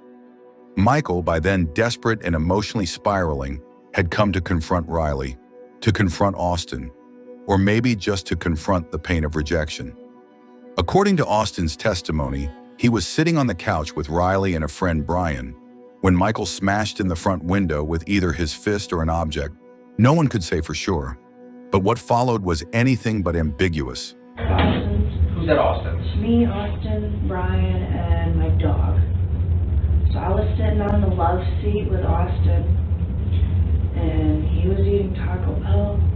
I was talking to him. Brian was sitting on the big couch, and all of a sudden all I hear is crash. All of my front window got busted, and he's like, "What the f*** are you doing here?" Michael says that? Yeah. So you hear a crash? Yeah, I hear the window get broken, and we all jump because who's breaking windows at 2:30 in the morning? Michael, standing outside the broken glass, screamed Riley's name. He hurled accusations. He demanded explanations. He threatened to set the trailer ablaze. Inside were Austin's children, though thankfully not that night. His threats were loud, vivid, and repeated. But most of all, they were terrifying. Austin's first instinct, he says, was to grab his gun, not to shoot, not to intimidate, but to protect. And said the first thing you did was grab your gun? Yes. Okay. What type of gun was it? It's a Glock 19 Gen 3. Okay. It's a 30-round clip. It's legal. It's all in my name. Okay. Where was that at inside the trailer? It was sitting on my the little TV table right next to my couch. Okay. The Glock 19 he retrieved was legal, registered in his name, and always kept within reach. This was Monroe, after all, a town where many believed in the right to defend themselves, and Austin was no different. He had bought the weapon not to kill, but to feel safe in a neighborhood that didn't always feel like home. He stepped outside and faced his best friend, now an unrecognizable heartbreak. Austin begged him to leave. Riley begged him to leave. Even Brian asked Michael to walk away, but Michael stayed. You're not in trouble, right? Yeah. Okay. We just got a lot of stuff we got to do right now, so... I don't even know what happened, man. He came and busted the window out, and then Riley, it's a long story, Riley and that guy were, messing around and stuff, but this is the father of her children's house. She's only been gone from here for not even 2 weeks. So she came back, she wanted to come home, and dude ran up and punched the window out. So she came out here to come talk to him, and then Austin walked out to make sure she was okay, and I guess dude hit Riley or something. The girl, I guess dude hit Riley, and then all I heard was... He wasn't holding a weapon, but in that moment, his rage was enough to ignite a fire. According to multiple accounts, he dared Austin to shoot. He screamed, "Put your gun down and fight me!" He spat venom about taking Riley back. He told Austin to kill him, over and over again. And then he walked away, only to be chased by Riley. That's when everything crossed the line. Surveillance footage from a nearby trailer captured the moments that followed. Riley running after Michael, Austin gun in hand, not far behind. A scuffle, raised voices, a brief, violent struggle, and then a single gunshot. Michael fell. It's the details here that changed everything. Riley would later tell police that Michael had grabbed her, tried to pull her hoodie, threatened her. Austin said he watched his friend hit Riley, then him, before instinct took over. Grabbed onto my hoodie, and I was like, let the f go with me, and I got loud. Did he only grab your hoodie once? He grabbed my hoodie twice, like once while I was walking, and I just like jerked away from him and kept walking, and then he did it again. So Austin grabbed him when he saw him hit me, and he hit Austin in the mouth, and then I turned my head, and then I just kind of heard the gunshot. But the camera, impartial and cold, only captured the flash, the moment that cannot be taken back. And what of Riley's actions? Why had she chased Michael down the street when she had every opportunity to stay inside? Why confront the man she claimed to fear? Detectives would later question her motivations. Her behavior during interrogation was unnerving, calm, composed, too clean. Austin, by contrast, unraveled. In the immediate aftermath of the shooting, he called 911. When no one answered, he called his mother. He left the gun on the porch, hands raised high when officers arrived. His voice trembled. His words spilled out in a blur. I told him to stop. I told him to leave. He hit me. He hit her. I didn't want to do it. But intention is one thing. Action is another. What began as a desperate confrontation between broken lovers had ended in irreversible tragedy. A man was dead. A father was in custody. And a woman stood between two versions of the same story. The police secured the scene. They collected the shell casing, they retrieved the surveillance footage, and they placed both Riley and Austin in separate interrogation rooms. Rooms where time would stretch, emotions would bend, and the truth would start to seep through the cracks. As the clock ticked past dawn, one thing was certain. This was not a random act. It was the inevitable climax of a relationship built on lies, possessiveness, and perhaps something far darker. Detectives weren't just dealing with a shooting. They were unraveling a psychological puzzle, a test of credibility, a dance between fact and fiction, one that would pit loyalty against law and love against truth. What really happened in those final seconds before the shot? Why didn't anyone walk away before it was too late? Was this a spontaneous act of fear or a premeditated execution disguised as self-defense? The answers, they hoped, would emerge in the interrogation room. The courtroom was packed, not with strangers, but with people who knew the victim, the defendant, and the woman at the center of it all. Mothers, friends, neighbors. They filled the wooden benches and waited in tense silence as the trial of Austin Green began. On one side sat a man accused of murder. On the other, the empty space once occupied by Michael Tripp. Now a memory wrapped in grief. At the heart of the case was a single question. Was this self-defense or something far more sinister? The prosecution didn't hesitate. They painted a picture of Austin as a man boiling with jealousy and betrayal. He wasn't just defending his home, they argued. He was avenging his pride. They pointed to his possession of multiple firearms, the preemptive decision to grab a gun, and most damningly, the surveillance footage that captured the final chase. He pursued the victim, the prosecutor said, and then he pulled the trigger. This was not defense. This was retaliation. But the defense countered with a gripping emotional plea. They reminded the jury that Michael had broken a window, threatened to kill Austin and his children, and physically assaulted both Austin and Riley. The defense team leaned heavily on Austin's call to 911, his immediate surrender, and his lack of criminal history. This is not the face of a murderer, his attorney argued. This is a man who was pushed beyond his limits. He feared for his life. He feared for his family. As expected, Riley Young took the stand, and when she did, the tension in the room was palpable. Her testimony was methodical, controlled. She described Michael's obsession, his violent temper, and the fear she felt that night. She insisted Austin didn't want to fire his weapon. She claimed she had chased Michael only to protect her children and de-escalate the situation. But the prosecution saw something else in her calm demeanor: manipulation. They reminded the jury that Riley had moved on quickly from Austin to Michael, that she had sent messages to both men in the hours before the shooting, fanning emotional flames, that she had been the one to escalate the situation by leaving the house, chasing after Michael, and drawing Austin into a fatal confrontation. Was she a victim or a trigger? The jury was left with a tangled narrative. On one hand, a distraught father who claimed he only acted out of fear. On the other, a man who pursued his victim with a loaded weapon and threading it all together. A woman whose presence and decisions shaped the entire tragedy. Deliberations took days. Emotions ran high. Families sobbed in the hallways. The community remained divided. Was Austin a protector or a killer? In the end, the jury delivered a verdict that stunned everyone. Guilty, but not of murder. The charge was reduced to manslaughter, with the court acknowledging the complexity of the situation and the presence of mitigating factors. The judge sentenced Austin to 12 years in prison, with eligibility for parole in 7. Riley Young walked out of the courtroom that day a free woman, but not without scrutiny. Though she wasn't charged, whispers followed her wherever she went. The court may have cleared her of legal guilt, but in the court of public opinion, her role in Michael Tripp's death was far from forgotten. The trial may have ended, but the questions didn't. The dust settled, the cameras left, but the consequences of that night rippled through Monroe like a stone dropped into still water. For Michael Tripp's family, there was no justice that could bring back their son. He was 26 years old, a friend, a brother, a young man whose final moments were spent pleading or provoking, or perhaps both. His mother kept his photos up in the window long after the trial, hoping that time would not erase memory. Austin Green, now inmate 407631, entered the Michigan correctional system as a man broken.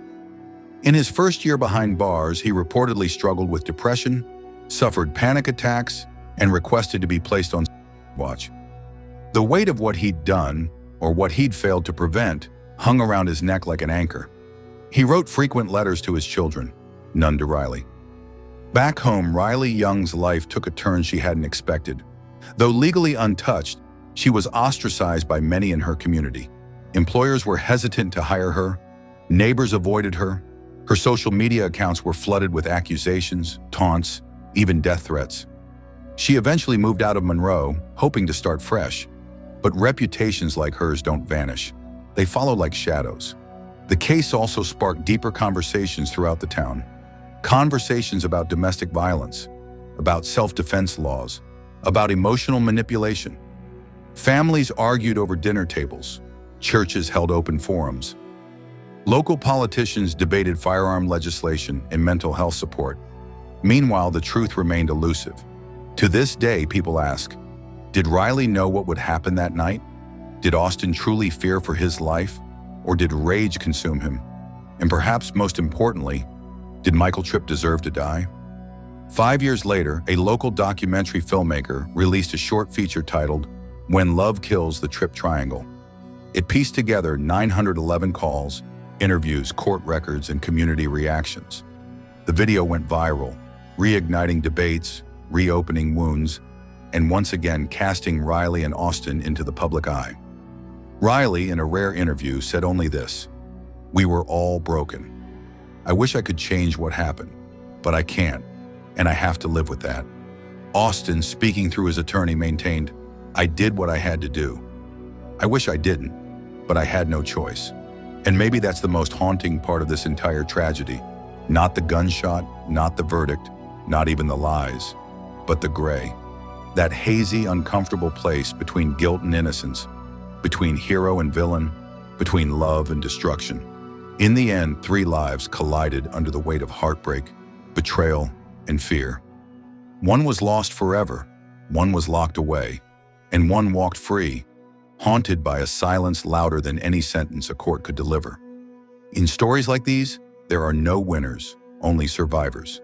What began as a complicated love triangle spiraled into a tragedy fueled by emotion, desperation, and broken communication. The death of Michael Tripp didn't just mark the loss of a life, it marked the unraveling of trust, the destruction of relationships, and the haunting reminder that love, when distorted by manipulation and fear, can become lethal. For the investigators, this was one of the most complex cases they'd ever faced. Not because of the physical evidence, but because of the psychology, the blurred lines between victim and perpetrator, the hidden intentions behind every word spoken, the subtle manipulations that led 3 people to the brink and 1 over the edge. It's easy to judge from the outside, to pick a side, to say who was right, who was wrong, who should have walked away. But when emotions run deep, when betrayal burns, and when fear pulses through every heartbeat, the answers aren't so simple. And sometimes, in the tangle of truth and lies, justice becomes a matter of perspective. Michael Tripp's story doesn't end with the shot that took his life. It lives on in the silence that followed, in the questions that were never fully answered, in the children left behind, in the community left fractured. Let his story be a cautionary tale about unchecked rage, about emotional manipulation, about the cost of not walking away, because sometimes what you think is love is really just the beginning of a tragedy waiting to unfold. If this story gripped you, made you question what you thought you knew about love and loyalty, don't forget to like, share, and subscribe. We uncover the stories that others won't tell, the ones hiding in the gray. Until next time, stay curious, stay aware, and stay safe.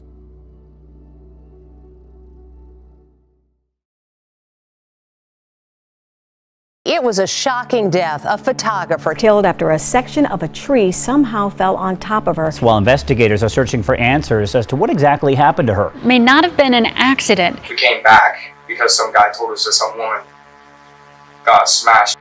Were you a part of it, Jordan?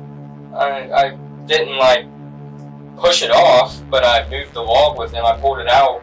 I didn't know he was going to kick it off though. A woman lost her life and you knew it.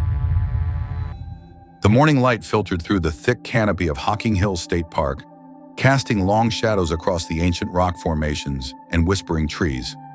It was a serene September day in 2019, warm, calm, and full of the kind of stillness nature reserves often gift to early risers. Deep within the Old Man's Cave Trail, Victoria Schaefer, a beloved local photographer, steadied her camera. She was capturing the golden light that kissed the mossy stones and the smiling faces of high school seniors posed in front of waterfalls and gorges carved by time itself. Her clients laughed and chatted just steps away, their voices echoing off sandstone walls. She adjusted her lens, focused on her subject, and then, without warning, the forest screamed. A deafening crack, a rush of movement, then silence. A 6-foot log, nearly 75 pounds of dead weight, crashed down from the ridge above, striking Victoria squarely in the head. She died instantly. No one screamed at first. Shock rippled through the group. What had just happened? Did the branch fall naturally? Was this a freak accident? The kind that lurks in hiking safety disclaimers but rarely comes to pass? Then, the screams began. A 911 call rang out through static and panic. Where are we? 911, where's your emergency? Okay, we're at Hocking Hills, and a huge tree branch fell on this lady. You're at Old Man's Cave? Yes. Okay, and what happened? A tree branch fell on her. You're safe. Slow down. I can't understand you. What happened? A tree branch fell on her. A tree branch fell on someone. But as first responders rushed to the scene and secured the wooded area, questions began to stir like wind through the trees. This was no ordinary accident. The log's ends were cleanly cut, unnatural, deliberate. Other logs nearby seemed similarly disturbed. Even more troubling, fresh footprints led to and from the overlook above. And then there were the witnesses. Several reported seeing teenage boys running from the area just after the log had fallen. A woman was dead, and it was no accident. News spread quickly across Logan, Ohio, a quiet town nestled in the heartland. It was a shocking death. A photographer taking students' senior photos. Killed by a rolling log at the Hocking Hills State Park. And now investigators say 2 or 3 people may be responsible for her death. The group was following along this trail back to the parking lot when out of nowhere a 70-plus pound log came crashing down from above, crushing the photographer. Hocking Hills was known for its beauty, its hiking trails, its postcard-perfect landscapes. But that day, it became a crime scene. Detectives worked tirelessly, canvassing the area, interviewing park visitors, and fielding calls. It was shock, because as much as I wanted answers and everybody wanted answers, I don't know that I thought that we were going to get any. Then a break came. Quiet, almost too quiet. A local mother reported a tip. Her daughter had received a strange text from a friend, a cryptic message that read, "I did something serious at the park today with someone else." The arrests were made after authorities say they got a tip that one of the suspects had texted another student that he'd done something serious at the park. Within hours, two names surfaced: Jordan Buckley and Jaden Churchhuis. Teenagers, locals, not strangers. Not mysterious criminals lurking in the woods. Just two high school boys out on a hike, like hundreds of others before them. But something had gone terribly wrong. Or worse, something had been done terribly wrong. Jordan Buckley apparently was one of the two boys at the park who partook in the branch falling down and hitting Miss Schrafer. When police brought Jordan in for questioning, they expected resistance. What they got instead was a tangled web of hesitations, half-truths, and a slow, unraveling confession. At first, he played innocent, nervous, and twitchy under the weight of a state trooper's calm, probing voice. "I didn't do anything," he insisted. "We were just walking around." But as minutes turned into hours and the investigators' questions became sharper, Jordan's story shifted. First, he admitted to being there, then to seeing the log, then to helping move it. And finally, he said it. Jaden had thrown the log off the cliff. Me and Jaden walked all the way farther down, like clear to the end, not where the metal bridge is. This guy did say that to us, but we did end up going back down.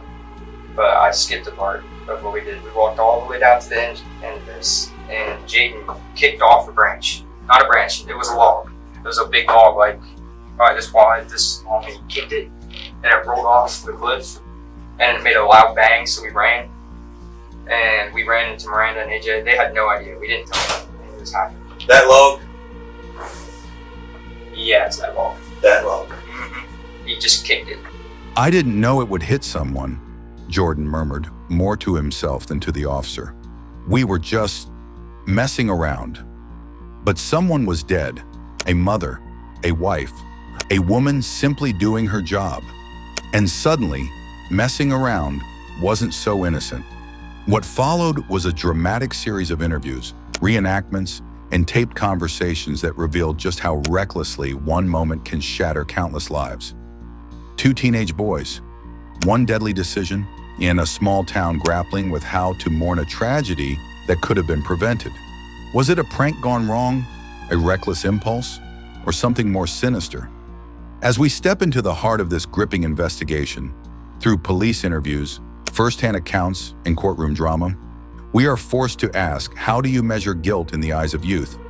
And when is remorse too little, too late? It was the kind of September morning that felt almost too perfect. The air was crisp but not cold, the sky clear as polished glass. Dew clung to the edges of wildflowers, and the rustle of leaves was the only sound disturbing the forest hush. At Hocking Hills State Park in southeastern Ohio, a popular destination known for its deep gorges, cascading waterfalls, and towering cliffs, life moved at the gentle pace of nature. Photographers, hikers, and families filled the trails. Among them, 44-year-old Victoria Schaefer. Victoria had come that morning to do what she loved most: capture moments. A professional photographer, she often shot outdoor portraits, and today was no different. She had arranged to meet a group of high school students for senior pictures near Old Man's Cave, one of the park's most iconic spots. With camera in hand, she was guiding her subjects, adjusting the lens, finding the light. She had no way of knowing that, within minutes, her own life would be extinguished in an instant. The sound came without warning, a sickening crack that echoed through the canyon. A log, 6 feet long and weighing roughly 75 pounds, plummeted from the cliff above and struck Victoria in the head. The impact was fatal. Chaos followed. The students screamed. A bystander called 911 in a panic, her voice shaking as she struggled to describe the location. "Old Man's Cave," she stammered. "A tree branch. It hit a woman. Please send help. Rescue teams arrived quickly, but it was too late. Victoria Schaefer was dead, her body crumpled beneath the massive log. At first, it seemed like a freak accident. Tragic, but not unheard of in a forest setting. Trees fall, branches break. People are in the wrong place at the wrong time. But as emergency responders surveyed the scene, something didn't feel right. The log had clean-cut ends, not jagged, broken, or weather-worn like a naturally fallen limb. It was unnaturally placed. Nearby, other logs were scattered along the ridge above, as if someone had been moving them. Most disturbingly, footprints, several sets, were discovered leading directly to the ledge from which the log had fallen. The evidence pointed not to misfortune, but to malice. Investigators are searching for answers as to what exactly happened to her. At this point, this is an ongoing investigation. It is developing. We are gathering information. I will say at this point, that is a section of tree that had struck the victim. An investigation was launched immediately. Rangers with the Ohio Department of Natural Resources reached out to the Hocking County Sheriff's Office. Word spread quickly. Was this truly an accident? Or had someone, perhaps even deliberately, caused Victoria's death? The students and other people nearby called 911, but her injuries were far too severe. And now authorities say this most recent one may not have been an accident. 2 or 3 people may be responsible for her death. Days later, a tip came in from a local mother. Her daughter had received a text message from a friend, one of those vague, alarming teenage confessions that begged to be decoded. The message read, "I did something serious at the park today with someone else." She has a message on her phone. I don't know if she deleted it now that she's told me or not, but of him saying that there's something serious happened. It was right after apparently the incident at the park, that something serious happened at the park and that he needs to talk to her, but he can't send it over text. That was enough to get detectives moving. Through interviews and digital forensics, they traced the message back to 2 names, Jordan Buckley and Jaden Church-Heus, both 16th, both students, both at the park that day. Detectives brought in Jordan for questioning first. The footage from that interview would later become a chilling insight into teenage impulsiveness and fear. Jordan slumped in his chair, mumbling answers, visibly shaken. At first, he denied everything. He hadn't done anything. He was just there, just walking around. But the truth, piece by piece, began to claw its way out. He had been there, yes. So had Jaden. They had gone hiking, bored and restless. They had climbed, explored, and at some point found themselves standing near a stack of old logs. According to Jordan's eventual confession, it was Jaden who kicked the log, perhaps in jest, perhaps in thoughtless mischief. Were you a part of it, Jordan? I didn't push it off, but I moved the log with him. I pulled it out. I didn't know he was going to kick it off though. A woman lost her life and you knew it. The log had tumbled off the cliffside, vanishing over the edge. They hadn't checked to see where it landed. They hadn't told anyone. Instead, they ran. As Jordan's story unfolded, a picture emerged. Not of cold-blooded killers, but of teenagers who played with the wrong object in the wrong place at the wrong time, and whose decision ended a life. Still, was it truly ignorance or negligence? And did it matter? Victoria Schaefer's death wasn't just a tragedy, it was a turning point for a community. What began as a peaceful morning in the woods turned into a murder investigation. Families were torn apart, careers destroyed, and childhood innocence shattered. 2 boys faced the full weight of adult consequences, and 1 woman, a mother, a professional, a daughter, was gone forever. What happened next would test the limits of the justice system, challenge the town's sense of safety, and force everyone to ask, when does a mistake become a crime? The forest was still echoing with questions when investigators declared the scene a possible homicide. It wasn't just the odd angle of the log or the clean edges that unsettled them. It was the unmistakable signs of human interference. The prints in the dirt, the scuffs on the rock, and the position of the log too far from any tree it could have naturally fallen from. Someone had moved it. Someone had pushed it, or worse, thrown it. This was no accident. This was a crime. At the core of the investigation were 2 boys, 16 years old, who'd gone hiking that day, Jordan Buckley and Jaden Church-Heus. At first glance, they were like any others. Restless teens wandering the woods looking for distraction. But beneath the surface, something far darker had unraveled. A moment of recklessness, perhaps, or a decision made without the understanding of consequence. Still, a life had ended, and someone had to be held accountable. When detectives questioned Jordan, his guilt wasn't obvious. He fumbled, he contradicted himself, and he hesitated. Typical signs of a scared teenager in over his head. But the story he told slowly began to take shape. He and Jaden had been climbing along the upper ridge near Old Man's Cave when they came across a stack of logs. They were bored. They were fooling around.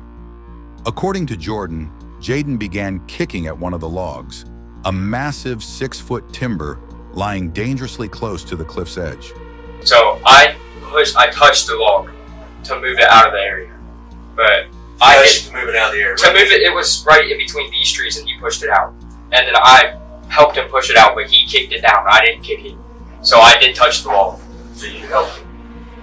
No, I didn't know he was going to kick it off. But I helped him pull it out, yeah. And he said nothing when Victoria Schaefer was struck. What makes this crime so difficult to comprehend isn't just its brutality, it's how senseless it was. The boys didn't know Victoria. They weren't targeting her. They didn't mean to kill anyone, at least not in the cold-blooded way most people associate with murder. But their actions, thoughtless, dangerous, and entirely avoidable, resulted in a death all the same. That's where the law steps in. Intentional or not, the death of a person caused by the deliberate act of another is a crime. The authorities had to determine, was this manslaughter, negligence, murder? And how does justice weigh against youth? As the investigation continued, the full extent of the day unraveled. Witnesses placed the boys at the scene. We were walking up the metal steps and a really loud, crack sound occurred. And we all just turned around and she was down. That she's just not here, and I feel worse for her family, especially her younger daughters. We bonded a lot. We had a lot of things that we had in common and that we talked about. She was basically like family, because she cared about every single one of us. Everybody needs to know that there's consequences for their actions. I had to call because I was the only one with the phone. Phone records confirmed their presence. A text message, sent in a moment of guilt, proved to be the first crack in a pact of silence. And when Jordan finally admitted that they ran from the scene instead of seeking help, the question wasn't whether they were involved. It was how responsible each of them was. Jaden, when questioned, reportedly said little. The bond between the boys began to fracture under the pressure of mounting evidence. Jordan, scared and remorseful, confessed further, drawing diagrams describing where they stood, how the log fell, and even pointing out where it bounced off the rocks before hitting Victoria. He swore he hadn't pushed it. He begged to take a polygraph. He cried, but his involvement was now etched in every word he had spoken. In cases like these, the weight of guilt isn't always measured by the blood on someone's hands. It's measured by the silence that followed, by the choice to run, to hide, to pretend that nothing happened. Jordan's fear might have been understandable, but it couldn't undo the loss, and Jaden's alleged role was quickly coming under deeper scrutiny. The prosecution had to consider their age. They were minors. But this wasn't shoplifting or vandalism. A woman was dead, and the community was watching closely. The question on everyone's lips wasn't just, how could this happen? But what now? For Victoria's family, no sentence could return her. No justice would truly balance the scales. Her husband, her children, and her clients would live every day with a hole in their lives that two boys, in a single senseless act, had created. The crime was now public. Headlines screamed of log killers and deadly prank. But for those who were there, for the ones who heard the scream of the forest fall silent, it was never just a headline. It was a tragedy written in bark, blood, and unbearable stillness. And it had only just begun. The courtroom was silent, heavy with the kind of tension that settles when tragedy meets justice. The community of Logan, Ohio, had waited months for this moment. For some, it was closure. For others, it was confrontation. And for the families involved, especially that of Victoria Schaefer, it was a reckoning. Jordan Buckley and Jaden Churchhiss were both 16 years old when they were charged. The prosecution debated whether to try them as adults. The charge, reckless homicide, a second-degree felony. Not murder, but a crime rooted in the undeniable consequence of reckless behavior. It wasn't premeditated, it wasn't personal, but it had ended a life and the justice system had to respond. Both teens initially denied full responsibility. Their stories conflicted, shifted, pointed fingers. But as evidence mounted, Jordan's interview, witness testimony, and the location of the log, there was no escaping the truth. The boys had dislodged the log that killed Victoria. Whether kicked or thrown, whether out of mischief or malice, the act had happened, and they had run. Jordan, who had spoken most during the investigation, now stood quieter. At times he seemed lost, just a boy beneath the courtroom lights, overwhelmed. Jaden remained more guarded, stoic in his seat. The two were no longer side by side. A shared secret had splintered into shared consequence. Victoria's family watched from the gallery, often clutching tissues, bracing against each replayed detail. Her husband gave a statement that brought the room to tears. Victoria was light, he said, and that light was stolen by a careless moment and a silent retreat. We are left in darkness. The defense leaned heavily on the boys' age, their immaturity, their lack of criminal history. They were, in the eyes of the law, still children. But the prosecution reminded the jury that recklessness doesn't excuse responsibility, that someone who picks up a weapon, however unknowingly, still bears the weight of its impact. This isn't about bad kids, the prosecutor said. It's about a bad decision, one that took a life. Plea deals were eventually offered, partially to spare Victoria's family the pain of a prolonged trial. Both boys accepted them. Jordan and Jaden pleaded guilty to involuntary manslaughter. Each was sentenced to 3 years in a juvenile detention facility with the possibility of release before age 21 if rehabilitation was evident. To some, the sentence felt like justice. To others, it felt painfully inadequate. The judge spoke carefully as he delivered the ruling. "This is not a celebration of punishment," he said. "It is a lesson in consequence. For the defendants, this is not the end of your story, but it must be the beginning of accountability." The gavel struck. The courtroom emptied, but the echoes would last much longer. In the months following the trial, Logan tried to return to normal. But how does a community forget a tragedy that unfolded beneath its beloved trees? Hocking Hills remained open, but something intangible had shifted. Visitors walked the trails more carefully. Rangers watched the cliffs more closely. And the memory of that day, the snap, the scream, the silence, hung in the air like mist that refused to lift. Victoria Schaefer's family struggled to move forward. Her children, still grappling with her absence, often returned to the places she loved, leaving flowers and notes where she used to set her tripod. Her husband in interviews described grief not as a process, but as a storm, sometimes calm, often violent, always there. Yet through it all, he made one thing clear: "I forgive, but I won't forget." She told me something she never told me before. She said the happiest part of her day was at the end of the night when she was in my arms. She told me she loved me and couldn't wait to spend the rest of her life with me. I loved her more at that moment than ever before. And the next night she was gone. The two boys, once inseparable friends, now live very different lives. Inside juvenile detention, rehabilitation programs focused on counseling, education, and understanding the weight of their choices. Jordan, by most reports, showed signs of remorse early on. He wrote letters, one to Victoria's family, one to his own mother, and one to the judge. In each he said, "I didn't know what we did would do this, but I know now, and I carry it every day." Jaden was quieter, more distant. Some said he struggled to engage. Others believed the weight of guilt made it hard to speak. Whether either of them would ever fully comprehend what they'd done or who they had taken was a question that could only be answered with time. Public reaction remained mixed. Some saw the boys as reckless teens who needed guidance, not cages. Others viewed the light sentence as an insult to Victoria's memory. Online forums lit up with debates about justice, privilege, and the legal age of accountability. Everyone, it seemed, had an opinion. Few had answers. What did remain, however, was the impact. Schools introduced more programs on responsible behavior and empathy. Park signage was updated, emphasizing safety and stewardship. Local media revisited the story yearly, not to sensationalize, but to remind, to remember. Victoria Schaefer's photography studio was eventually closed, but her work lived on. Her images, capturing moments of joy, nature, and human connection, became part of memorial displays. Her legacy was not her death, but the light she left behind. And for the two boys, the story was far from over. When their sentences ended, when the doors opened and they stepped back into a world that would never look the same, they would carry more than a record. They would carry a story, a tragic one, a cautionary one, and one that they had helped write with a single, fatal choice. Some stories don't end with answers. They end with echoes of what was lost, of what could have been prevented, of lives forever changed by a moment that should have been just another afternoon. Victoria Schaefer went to Hocking Hills that day to create memories for others.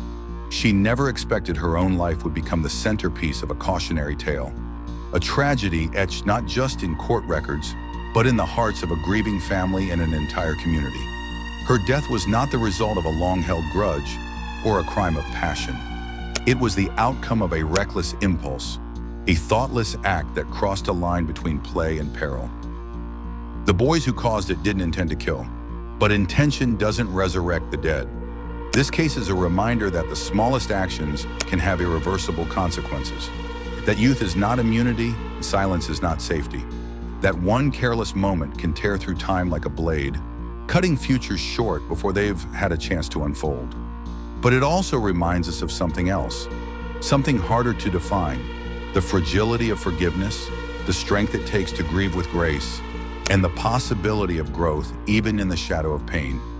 For the Schaefer family, the sentence didn't bring back Victoria, but they chose to live forward, to honor her with love instead of vengeance. And that in itself is powerful. For Jordan and Jaden, their lives now hold a second chapter, one shaped by the weight of what they've done, but not yet written. Whether they carry that weight as a burden or as a responsibility remains to be seen. And for us, the viewers, the listeners, the distant observers, we are left with the story, not to forget, not to fear, but to remember, to teach, and maybe to choose more wisely when it's our turn to decide what comes next. Thank you for watching. If this story moved you, taught you something, or left you thinking, please like, share, and subscribe for more true stories that matter. Your support helps us bring these important narratives to life. Turn on notifications so you never miss a new episode. Comment below with your thoughts or questions. We read everyone. Stay safe, stay aware, and take care of each other.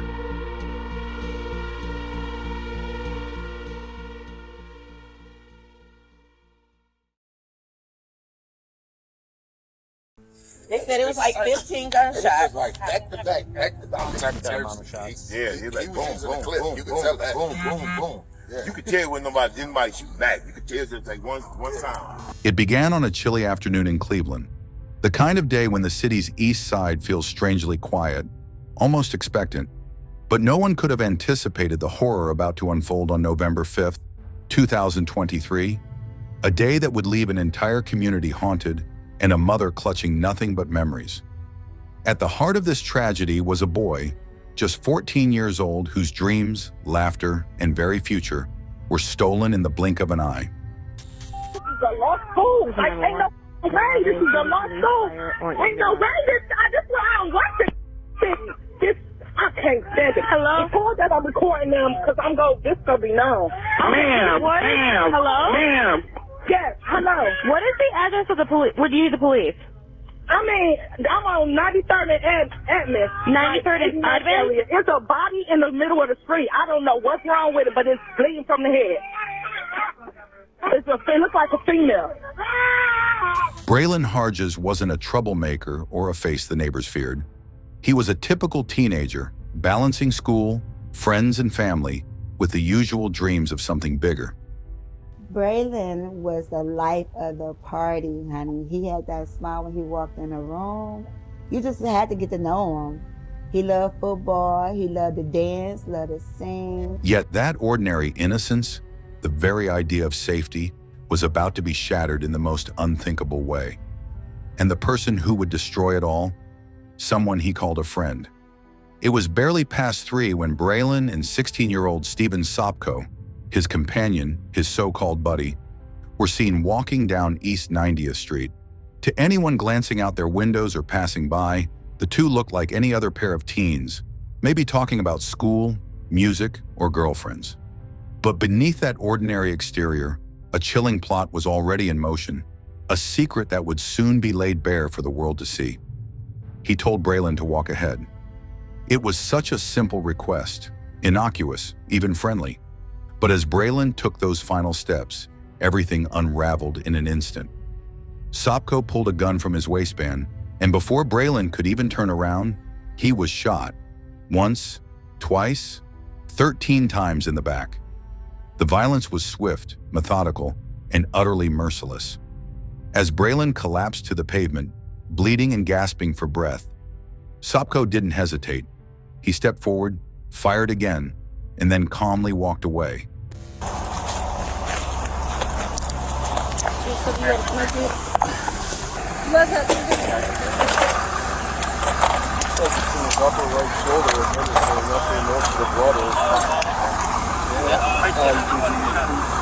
Did you guys see anything or just hear anything? I just saw.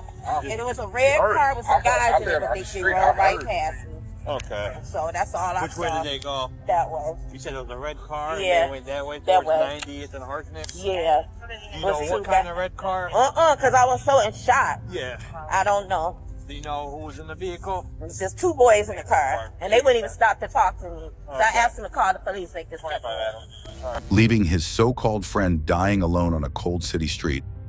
The entire attack was captured on a nearby surveillance camera, a silent witness to a betrayal so deep, it's hard to comprehend.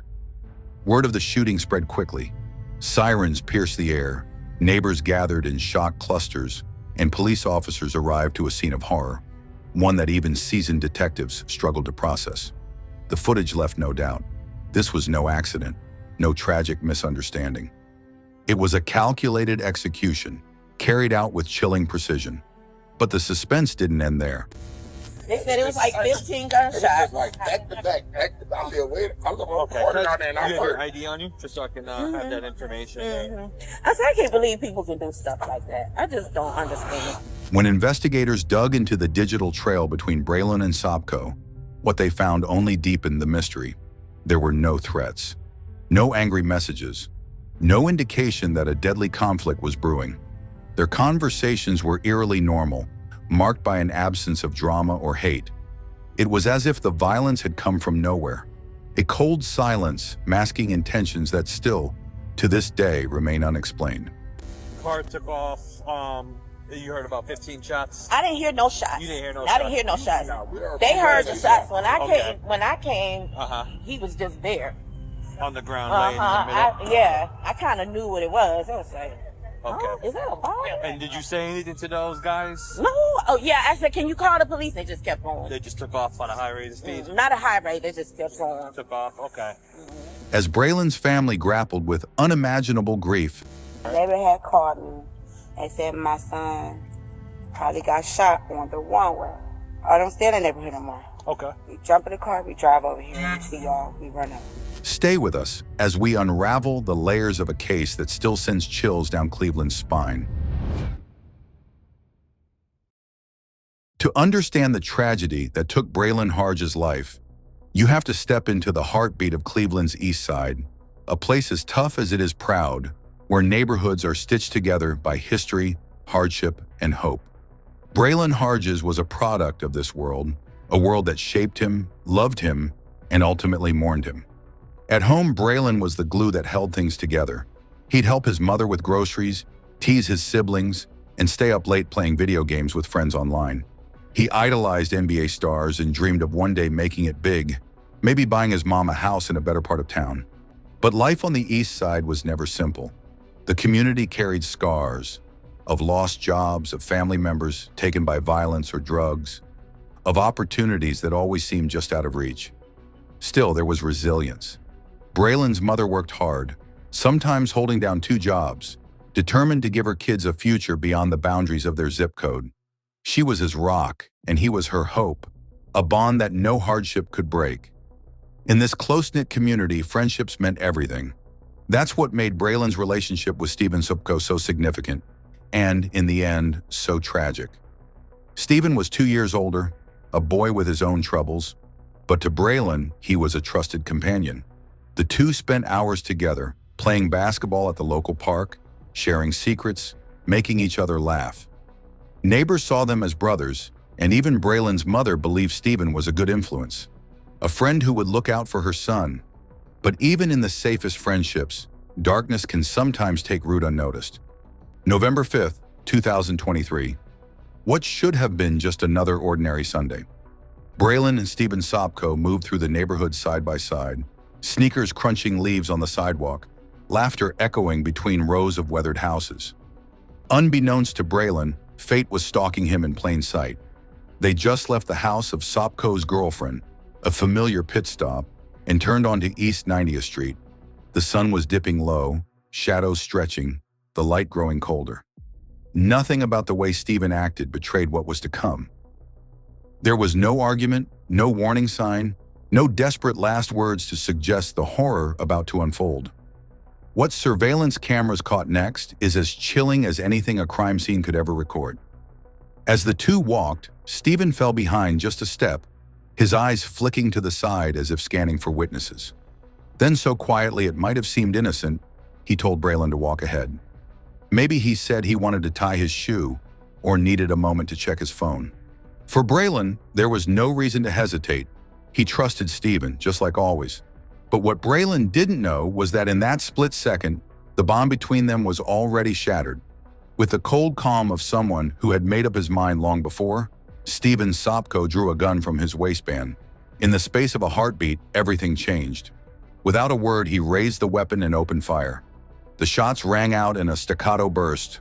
1, 2, 3, 13 in total. Each one driving Braylon further from the world of the living. He never saw it coming. Not one plea for mercy, not one chance to run. Braylon collapsed on the pavement, his young body racked with pain and confusion. But Stephen wasn't finished. He stepped closer and fired again, making sure the deed was done before calmly turning away. There was no panic, no remorse, just the chilling image of a teenager walking from the scene of an ambush as if nothing out of the ordinary had happened. Within minutes, sirens split the air. The first officers to arrive found a scene so brutal that even the most hardened detectives were left shaken. Body cam footage would later reveal a moment of stunned silence as the police processed what they saw. A 14-year-old child, riddled with bullets, his life extinguished on a neighborhood street. The sense of shock rippled outwards, from the officers to the neighbors who peered from behind curtains. See anything or just hear anything? I just saw, and it was a red car with some guys in it, but they rolled right past me. Okay. So that's all I saw. Which way did they go? That way. You said it was a red car? Yeah. And they went that way That towards way. 90th and Harkness? Yeah. Do you know what kind of red car? Because I was so in shock. Yeah. I don't know. Do you know who was in the vehicle? It's just two boys in the car, and they wouldn't even stop to talk to me. So I asked them to call the police, they just kept going. But I don't know who did it, you know what I'm saying? You don't know make or model or anything like that? Okay. He was just laying there, that's all. I almost hit him. Speaking with somebody on scene, they said they seen a red vehicle take off from this location, going towards 90th and Harkness. Unknown make or model, they seen They said it was like 15 gunshots. It was like back to back. I'm there waiting. I'm looking for it on there and I heard. You have your ID on you? Just so I can have that information. I said, I can't believe people can do stuff like that. I just don't understand. I took off, you heard about 15 shots? I didn't hear no shots. You didn't hear no I shots? didn't hear no shots. They heard the shots. When I came, he was just there. On the ground, laying in the middle? I kind of knew what it was. I was like, okay. Is that a bomb? And did you say anything to those guys? No. Oh, yeah. I said, can you call the police? They just kept going. They just took off on a high rate of speed? Not a high rate. They just kept going. Took off? Okay. They could have been just driving by. I don't know, you know. What she said that when she seen the person on the ground, she seen two people in a red vehicle, car. She asked, "Can they call the police?" And when I told the girl, and when she called the said police. that, they took off going northbound, 98 towards Harkness.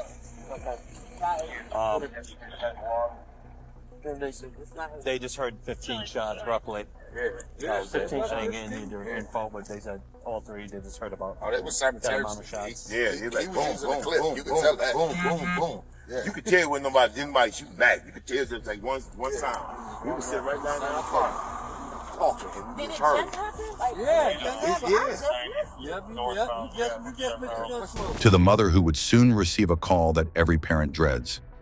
As police secured the scene and began their frantic search for answers, They had called me and said my son probably got shot on the one-way. I don't stay in the neighborhood no more. Okay. We jump in the car, we drive over here, we see y'all, we run up. And what is description?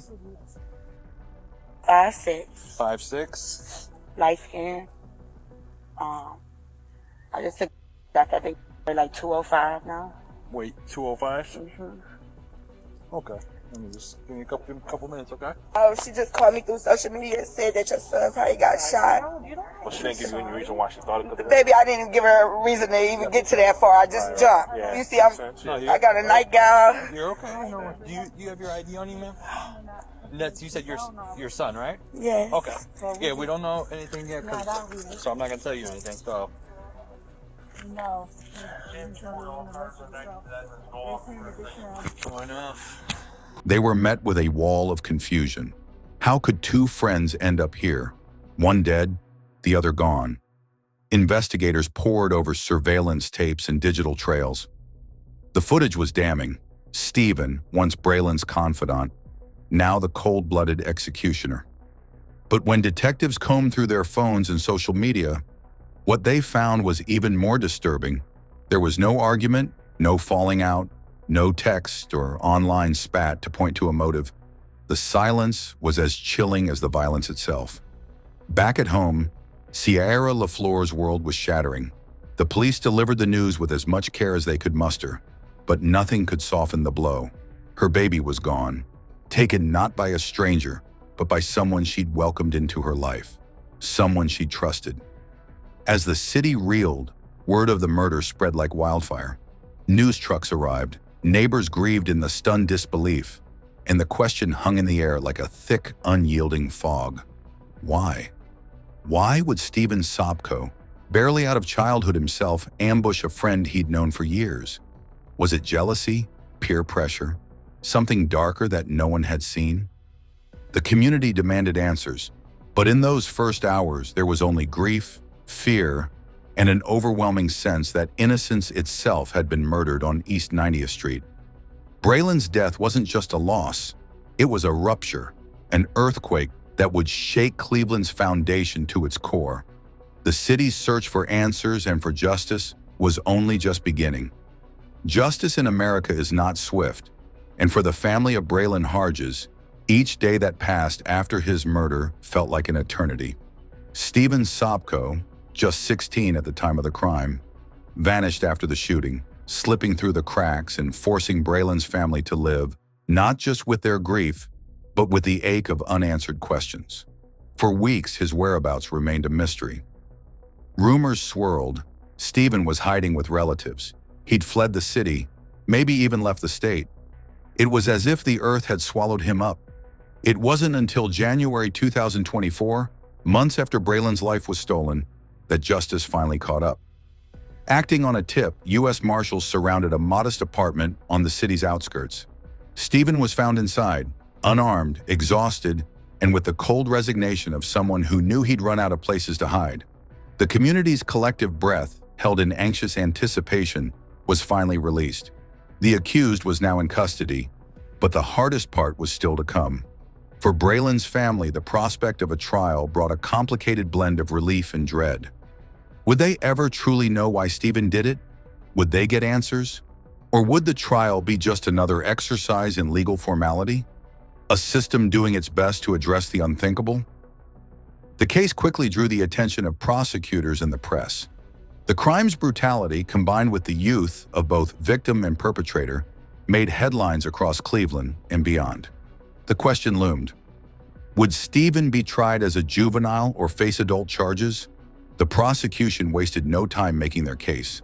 The surveillance footage was damning, the evidence overwhelming, and the horror of a child ambushed by his friend left little room for mercy.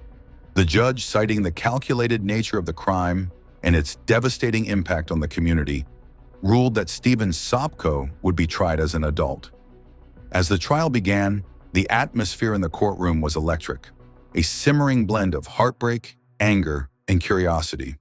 Reporters packed the gallery, local activists and clergy came to witness justice in action, and Braylon's family gathered, bracing themselves for what they were about to hear. Testimony after testimony painted a picture that was as heartbreaking as it was clear. There had been no fight, no struggle, no moment of rage. It was premeditated, cold, executed with intent. Prosecutors played the surveillance footage, freezing the frame on the moment Braylon turned his back on his friend for the last time.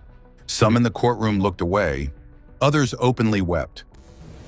When we get to the sentencing on an aggravated murder, in this case, Your Honor, you saw the video, you saw the evidence. I don't need to play the video again to tell you what happened. 13 shots in the back of a 14-year-old. You don't need to see that again. You know in your heart what he was doing that day. The texts and social media posts between the boys, entered into evidence, only deepened the mystery. There was no trace of anger, no clue as to why Stephen would turn on Braylon so violently.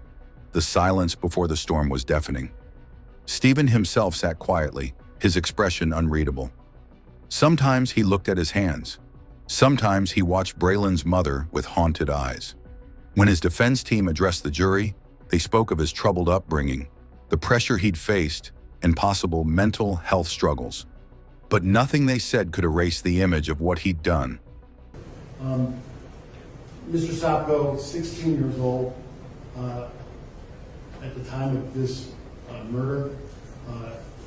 You saw a lot of his Instagram, a lot of the videos. This is a young man that had a lot of problems and a lot of a misview of the world that involved firearms and involved being in the streets. And it's unfortunate that it wasn't reined in, or it wasn't some kind of intervention before he got so deep into that lifestyle that we have over here for today occurring.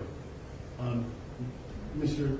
Sopko did not grow up to where he is now, 17 years of age, unloved. He had a loving mother, he has a loving mother, he's got a loving stepfather, he had all these people behind me who were in this trial the entire time and who are here today.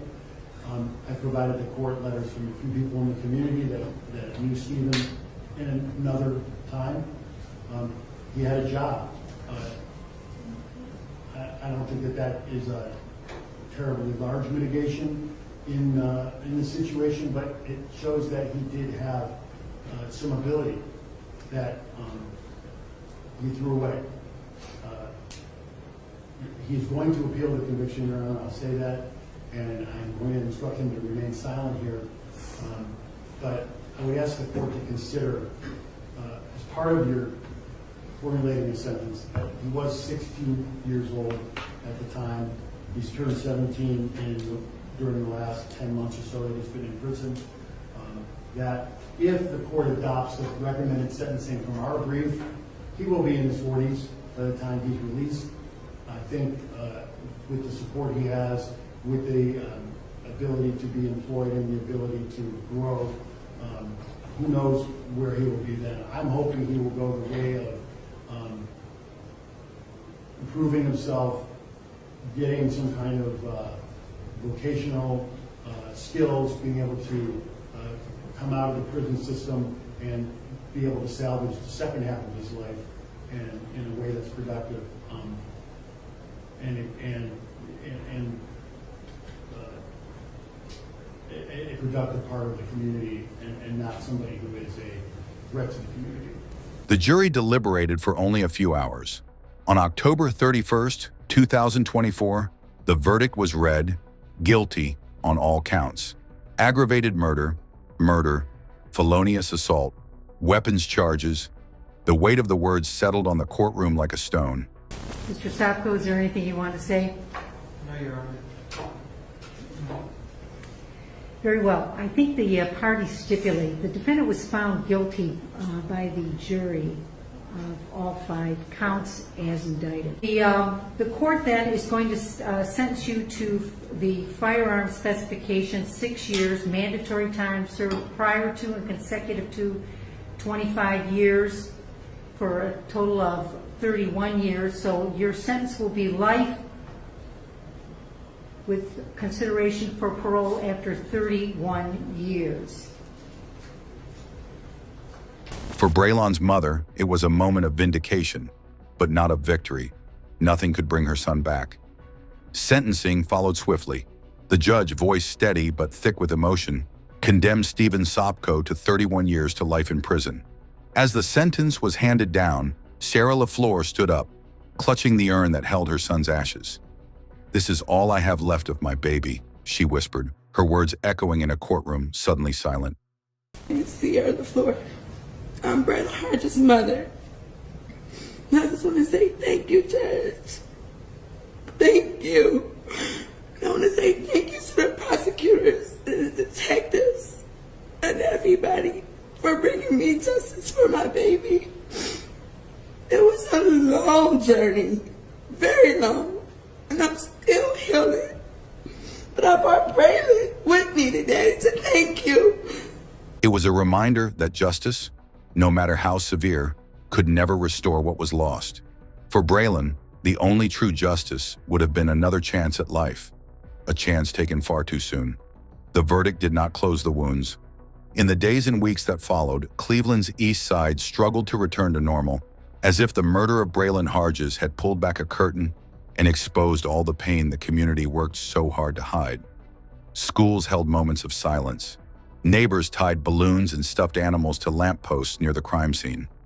For Sarah LaFleur and her family, every sunrise was another reminder that their world would never be the same. As a daughter, I can't see it no other way.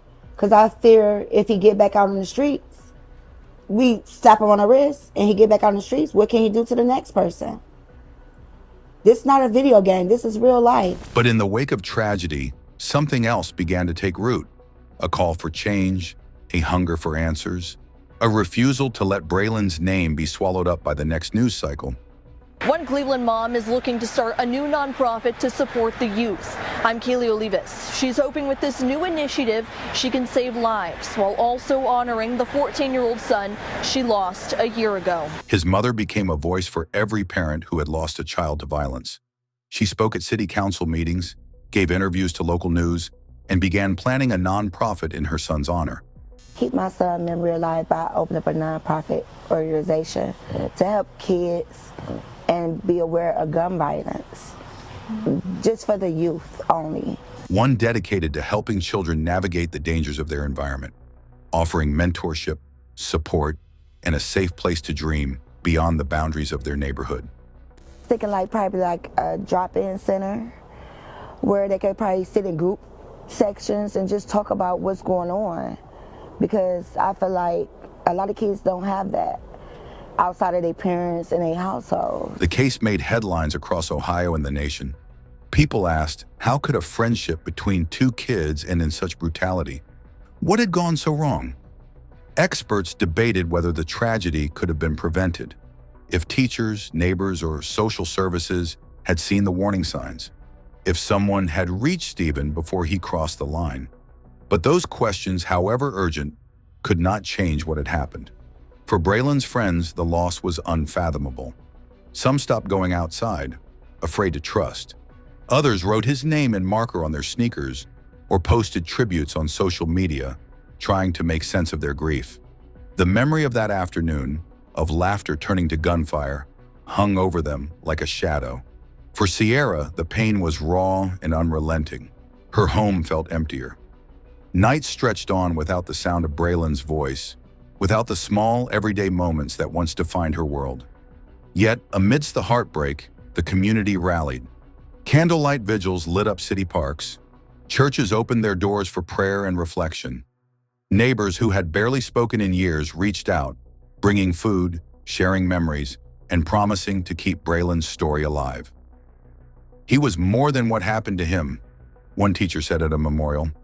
He was light, he was hope, and we owe it to him not to let that light go out. The trial also sparked uncomfortable conversations about youth, violence, and the failures of the system. How could a 16-year-old acquire a gun so easily? Why do some neighborhoods seem so vulnerable to tragedy? And what could be done to stop it from happening again? Policymakers, activists, and city leaders debated reforms, more resources for mental health, more support for struggling families, tougher gun laws, but meaningful change would take time. Meanwhile, Stephen Sopko began his long sentence in a world far removed from the one he'd known. Whatever the motive for his crime, he would have decades to reflect on the life he'd taken and the life he'd thrown away. The community, too, was left with questions that might never be answered. Questions about forgiveness, about the nature of evil, and about whether healing was possible after such a devastating loss. As the months passed, the shock faded, but the ache remained. Every birthday, every holiday, every empty chair at the dinner table was a reminder of what had been stolen. But slowly, steadily, Sierra and her supporters turned grief into purpose. The nonprofit launched in Braylon's name began to attract attention, providing hope and guidance to other kids facing impossible choices. His story became a rallying cry, not just a cautionary tale, but a call to action.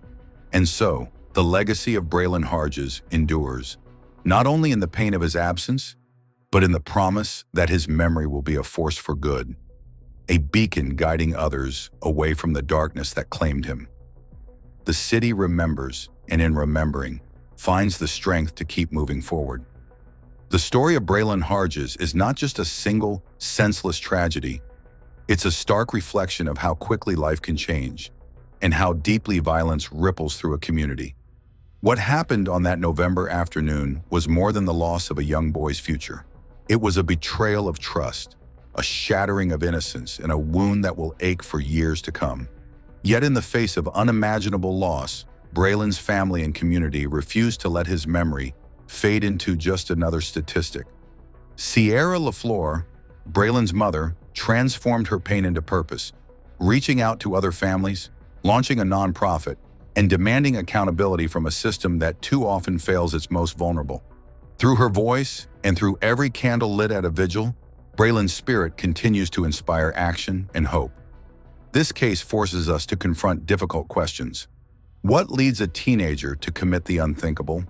How can friends become strangers in an instant? And most importantly, what can each of us do to prevent another life from being stolen in the same way? There are no simple answers, but the search for justice and for healing remains as urgent as ever. As we remember Braylon, we remember every child lost to violence, every parent left to pick up the pieces, and every community left to mourn. Their stories matter. Their lives matter. And with every act of remembrance, every effort to create change, we honor them and keep their legacy alive. If this story moved you or made you think, please help us spread awareness. Like this video, share it with others, and subscribe to our channel for more true crime stories that shine a light on the voices that need to be heard. Your support not only helps us keep these stories alive, but also brings us one step closer to a world where no parent ever has to say, "This is all I have left of my baby." Thank you for watching.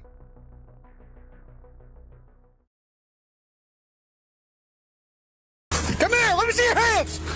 Come here. You on the ground. On the ground. All right, we'll figure it out, man. We'll figure it out. We can't figure it out. He's dead. Scoot over. He's dead. What is that? Started swinging the bat. I knocked him to the ground. The knife and just tried to slit his throat because I didn't want him to feel any more pain. It was an ordinary Tuesday morning in the quiet suburb of Solon, Ohio. A calm, uneventful neighborhood, the kind where families wave to one another from across their driveways, where porch lights flicker on in perfect synchronization each evening, and where violent crime seems almost unthinkable. But on November 21st, 2023, That illusion of suburban peace was shattered in the most unthinkable way. Theodore Gulia was known as a hardworking, soft-spoken man, a father, a husband, a neighbor. He spent most of his time at home, usually tucked away at his desk, clicking away at his computer or scribbling in notebooks, his life seemingly as quiet as the town he lived in. But behind the closed doors of the Gulia household, tensions had been simmering for years, ready to erupt like a volcano. Just before sunrise, a frantic 911 call pierced the silence. On the other end of the line was Theodore's wife, her voice trembling, her words barely coherent. "My husband, he's not breathing. There's so much blood." Officers were dispatched immediately, expecting the worst. Come here, let me see your hands. Come here. What's going on? Get on the ground. Get on the ground, both of you on the ground. But what they walked into was something that would haunt them for the rest of their careers. The scene inside the home was brutal. Blood painted the hallway. Furniture was overturned. Theodore's lifeless body lay twisted in a pool of crimson, his face nearly unrecognizable. The sheer savagery of the attack stunned even the most seasoned detectives. Initially, it looked like a robbery gone wrong, a break-in, a home invasion. But that theory crumbled as soon as the investigation began. Nothing had been stolen. There was no sign of forced entry. And perhaps most chilling of all, everyone who had access to the house was accounted for, except for one person. R.J. Gulia, Theodore's own son, was found at the scene. Calm, quiet, composed, too composed. As officers tried to make sense of the carnage, R.J.'s eerie stillness felt like a red flag they couldn't ignore. His story was confusing. Who was here last night in the house? Just you and your dad? Yeah, and I think someone broke in. Where was he at? Filled with contradictions and vague claims. He said he heard a noise, that someone must have broken in, that he had nothing to do with it. But something wasn't right. Detectives noticed his lack of emotion, his robotic answers, his unshaken posture in the face of death. Meanwhile, his brother Ben, who had just arrived at the scene, was inconsolable. His cries of anguish loud enough to echo through the neighborhood. Okay, here, just roll over for me, buddy. Listen, we'll figure it out, man. We'll figure it out. I can't figure it out. He's dead. Scoot over. He's fucking dead. What is this? This is my wallet and my headphones. Can I? Okay. Just relax, man. You scared me. And in a barely audible breath, Ben said something to the officers that made their blood run cold. "It was RJ. I know it was him." Was this just grief talking? Or had Ben just exposed the horrifying truth? As investigators dug deeper, the clues began to align. There had been previous police calls to the Gulia home, instances of domestic disturbances, heated arguments between father and son. RJ had a history. He had issues. But murder? Even for detectives who had seen it all, something about this case felt more sinister than most. Like they weren't just piecing together a crime. They were peeling back layers of a family torn apart by rage, resentment, and something darker no one had dared speak aloud. Hours later, inside an interrogation room with fluorescent lights buzzing overhead, RJ would finally open his mouth. And what came next would leave investigators speechless. He wasn't crying. He wasn't scared. He didn't ask for a lawyer. Instead, he began to talk, slowly, calmly. He was sitting down, and I was gonna hit him from behind because I didn't want to go too far. Confession flowing from his lips like it had been sitting on the edge of his tongue for far too long. Started swinging the bat, and I knocked him to the ground. And right there where all that blood was, struggling, I took a knife and just tried to destroy because I didn't want him to feel anymore. Described everything in chilling detail. The bat, the strikes, the knife. How he watched his father suffer. How something inside him just clicked. What could drive a man to kill his own father in cold blood? Was it years of emotional torment, a sudden psychotic break, or something more terrifying, premeditated malice from someone the family never saw coming? This is the story of Theodore Gulia's final hours, of a family ripped apart by betrayal, and of a son whose love turned lethal. You are about to witness the full investigation, from body cam footage to confessions, from lies to forensic truth. Every moment captured, every secret exposed. Because in this case, justice wasn't just about finding out what happened, it was about discovering why. It began like any other chilly November morning in the quiet suburb of Solon, Ohio. The streets were lined with amber leaves, children were preparing for school, and families across town were settling into their daily routines. The Gulia residence, nestled in a modest cul-de-sac, gave no indication of the horror that had just taken place inside. It was the kind of neighborhood where nothing ever really happens, until it does. Theodore Gulia, a 58-year-old father of two, was found brutally murdered in his own home. The scene was unlike anything the responding officers had expected. Blood soaked the hallway carpet. Furniture was splintered and overturned. There were signs of a struggle, but not the kind associated with a break-in. Nothing had been stolen. There were no broken windows or forced doors. Instead, what they found was something far more unsettling, a murder that appeared deeply personal. Theodore had been working at his desk when the attack began. He was struck from behind with a baseball bat, violently, repeatedly, until he collapsed. His assailant didn't stop there. In what investigators would later describe as overkill, Theodore was then stabbed in the neck multiple times, a final act of rage that left the room looking more like a war zone than a family living space. Whoever had done this wasn't just trying to kill, they were trying to obliterate. As news of the murder reached the rest of the family, emotions ran high. Theodore's wife returned home first and made the 911 call, screaming through sobs as she begged for someone to help her husband. Soon after, the couple's adult sons, RJ and Ben, arrived. One was inconsolable, falling to his knees in anguish. The other stood silent, too silent. That son was RJ. RJ Gulia was no stranger to law enforcement. Officers had been called to the home before, usually for domestic disturbances involving him and his father. The relationship was rocky, strained by years of conflict that had never truly resolved. Still, no one could have anticipated how far it would go. When questioned, RJ claimed he had heard noises in the night. He said he thought someone had broken in.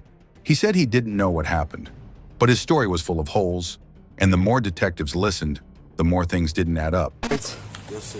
What happened? I heard scuffling in the middle of the night. I usually smoke cigarettes in the garage. Okay. I listen to music at a certain volume. Okay. Long story short, I found my dad when my mom comes home. Okay. Who moved the body? Because the body's clearly been moved. Was that you? I didn't move it. My mom. Were you? My mom may have went up there. Your mom is not moving that body. I'm saying. Oh, you're saying. Who was here last night in the house? Just you and your dad? Yeah, and I think someone broke in. Where was he murdered at? her. He just got. Meanwhile, Ben, RJ's younger brother, offered a very different perspective. Shaken and tearful, he told officers something they weren't expecting to hear. He believed RJ had done it, not because of evidence, but because of a feeling. A gut instinct rooted in years of watching his brother struggle with anger, isolation, and resentment. It wasn't just grief speaking, it was suspicion, and it wasn't long before investigators started to share that feeling.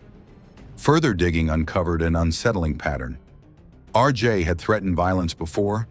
He had outbursts, periods of calm followed by sudden rage. One officer recalled a previous visit to the Gulia house just weeks earlier. During a heated argument, RJ had allegedly threatened to hurt someone, possibly even his father. It seemed like the family had been living on a knife's edge for a long time, and now someone had finally snapped.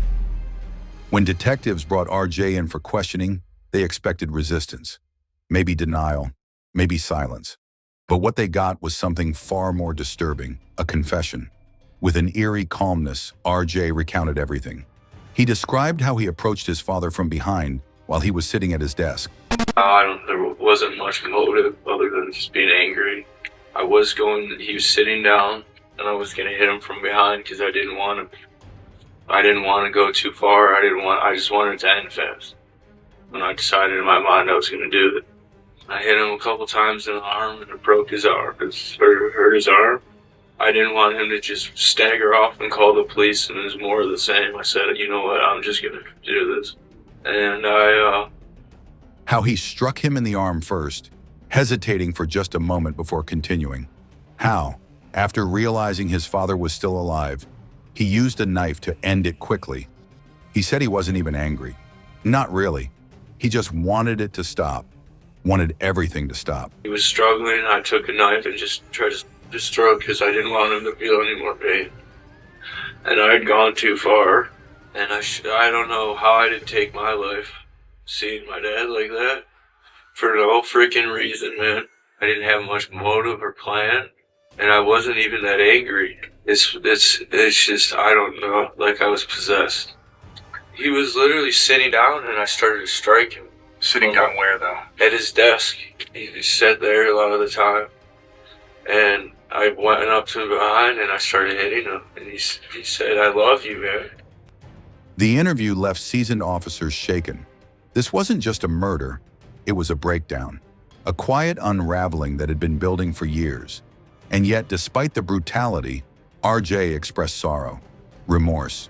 He claimed he loved his father, that he didn't know what came over him. I loved my dad the most. I tried the hardest to get along with him. He's a hard guy to get along with.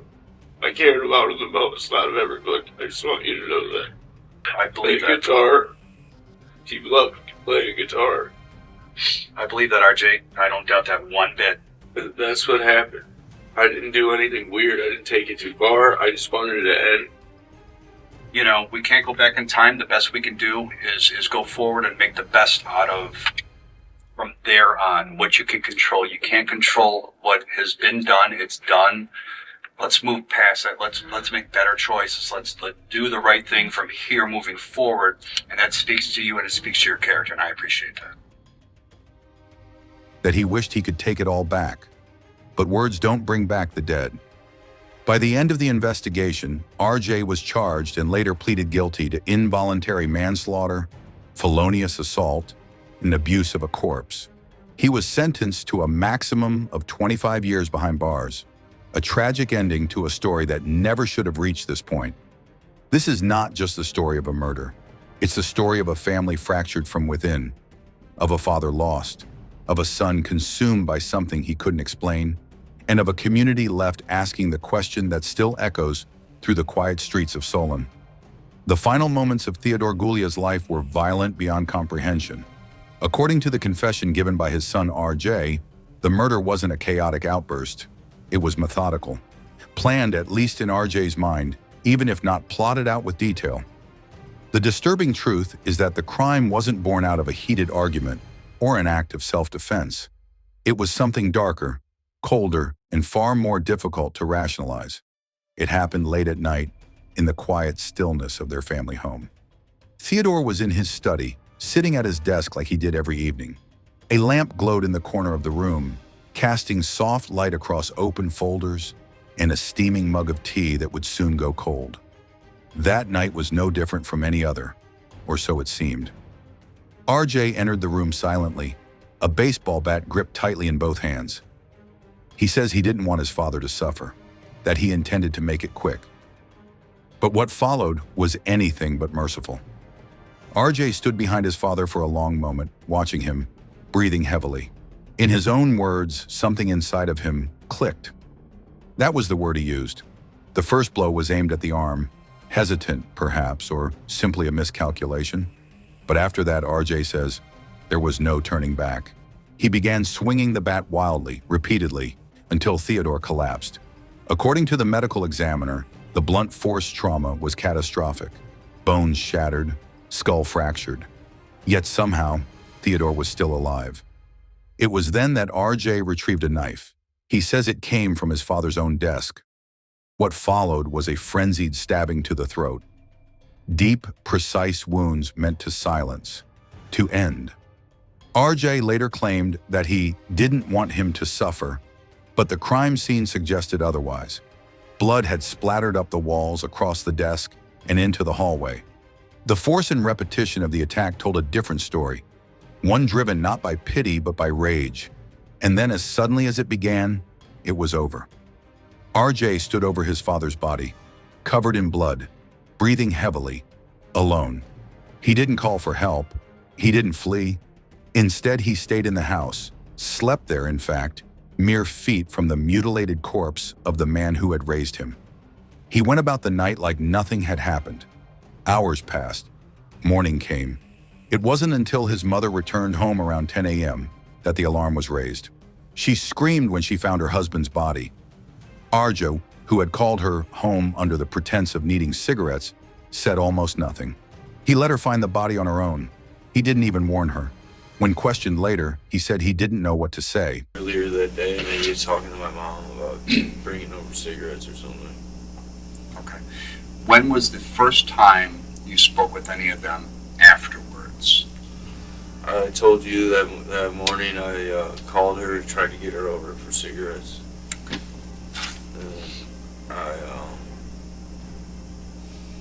She said, "Where's your father?" and went upstairs and saw the stuff on the wall and said, "Oh my goodness, I don't know." And I lied to her and said it wasn't me. Right. She didn't believe it at all. Okay. Kind of shook me by my shoulder and went down. Well, your mom loved you very much, and it's a tough, it's a terrible thing for anybody to go She to. could say, "Just put a bowl on my head, sir. I'll back. I'm like those old days." That he was afraid, but the damage was already done. Officers arrived quickly and immediately knew something was wrong. There was no sign of forced entry, no evidence of a third party. Only RJ and Theodore had been in the home that night. Yeah, we're in agreement. I just got a quick timeline from her. Okay. She went to her daughter Claire's yesterday in the morning.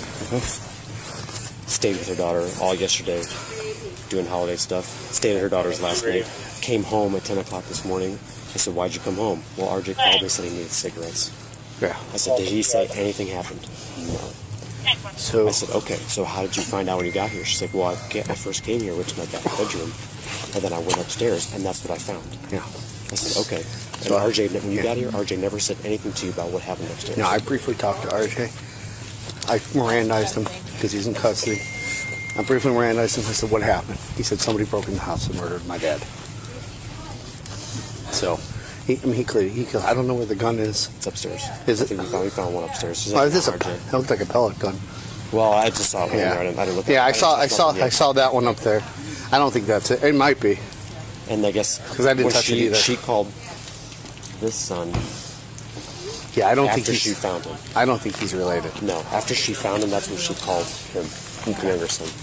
So, as far as my understanding goes, whenever anything happened, it was just RJ and his dad. Yeah, well, that's the same thing I've gotten from. Who's the other dad?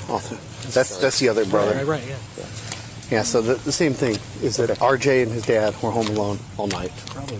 Yeah, that's the same thing I'm getting. Yeah. Good job, though. The timeline didn't lie, and neither did the blood spatter, which clearly indicated the attack had occurred in the study, exactly where RJ said his father was sitting. Forensic evidence supported the confession that would come later, but at the time they didn't yet have the truth. All they had was a calm young man with no clear explanation, and a father who had died in one of the most savage ways imaginable. RJ was brought in for questioning, and while police expected resistance, what they got instead was chilling compliance. With no legal counsel and no attempt to deny what happened, he spoke freely. He described the night in vivid detail, how he hesitated, how he felt afterward, how he stood there over the body and thought about taking his own life, but didn't. He said he felt empty, disconnected, like he had watched someone else commit the murder. It was one of the most disturbing interviews the detectives had ever conducted. Not just for the content, but for how calmly RJ recounted it. There were no tears, no screams, only silence between sentences. A stillness that made it all the more terrifying. By the time he finished his confession, there was no question of guilt, only of why. Why a young man with no known mental illness, no history of severe violence, would kill his father so brutally, so senselessly. That answer never fully came. In the months following the trial, the Gulia family home sat vacant, its windows shuttered, its lawn overgrown. Neighbors avoided walking their dogs too close to the property. The place where it all happened had become a symbol of something they couldn't unsee. A house no longer defined by the lives once lived within it, but by the violent act that tore them apart. Inside the home, remnants of the past remained. A family portrait on the mantle, Thanksgiving decorations still stored in the hallway closet, a dusty guitar in the corner of Theodore's study, the one RJ said his father used to play. Everything was still there, frozen in time, but the people were gone. Ben moved out of town not long after the sentencing. He spoke to reporters once, briefly. He said he had no intention of ever seeing his brother again. "I loved my dad," he said, "and now he's gone. There's nothing more to say." Theodore's wife Annie fell silent in the wake of the trial.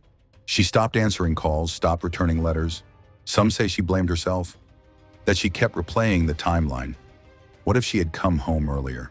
What if she had called that night? But grief doesn't answer to reason, it only lingers. As for RJ, he was transferred quietly to the Lorraine Correctional Institution. No special treatment, no fanfare. Just a number among thousands, locked away with his memories. Prison guards noted that he kept to himself. He didn't talk much. He refused most visitors. He asked for books, philosophy, mostly. And sometimes he asked about music, particularly his father's favorite songs. Psychologists assigned to his case reported that RJ remained emotionally fragile. They described his demeanor as numb, detached. He expressed guilt but struggled with the reality of what he had done. One report noted that RJ often said the same sentence during their sessions: "I wish I could go back just 5 minutes." But time does not reverse. And even as years pass, the ripples of that night continue to echo. The town of Solon learned something from the Galea case, something uncomfortable. That darkness doesn't always live in strangers or break-ins or unsolved mysteries. Sometimes it lives right next door. Sometimes it eats dinner at the same table. Sometimes it carries your last name. Local schools began offering expanded counseling services. Domestic violence prevention programs received more funding. Parents talked more openly with their kids. But under it all remained a quiet unease. Because the truth is, even with a trial, a sentence, and a confession, there are still questions. Why did RJ snap? Was it years of emotional pressure? Mental illness? A moment of madness? Or was it simply that something inside him was always waiting to break? And if that's true, if evil can live in the hearts of the ones we love, how do we ever feel safe again? The story of Theodore Galea didn't end with a gavel, or a confession, or a prison cell. It ended in silence. A silence that, for those who knew him, never truly goes away. Theodore Galea's story isn't just the tale of a murder. It's the collapse of a family, a warning about the invisible fractures that can widen into tragedy when left unattended. It's about silence, about anger that simmers until it becomes something irreversible. And it's about how evil sometimes doesn't wear a stranger's face. It wears a familiar one. What happened inside that home wasn't an accident or an impulsive moment of rage. It was a slow, haunting unraveling of a relationship broken long before blood ever hit the floor. And though justice was served in the eyes of the law, the emotional weight left behind, on a mother who lost both her husband and her son, on a brother who now carries trauma instead of memories, and on a community forever changed, can never truly be balanced on a scale. This case forced people to confront difficult truths, that monsters don't always come in the night. Sometimes they sit at your dinner table, sometimes they share your last name, and that the line between love and destruction, in rare and tragic instances, can blur into something deadly. But perhaps the darkest part of all isn't the murder itself. It's how easy it was to overlook the signs, the arguments, the warnings, the cold stares that never made sense. Because hindsight, as always, arrives too late. In the end, Theodore's death became more than a headline. It became a symbol, a painful reminder to pay attention, to speak up, to intervene before the final moment when intervention is no longer possible.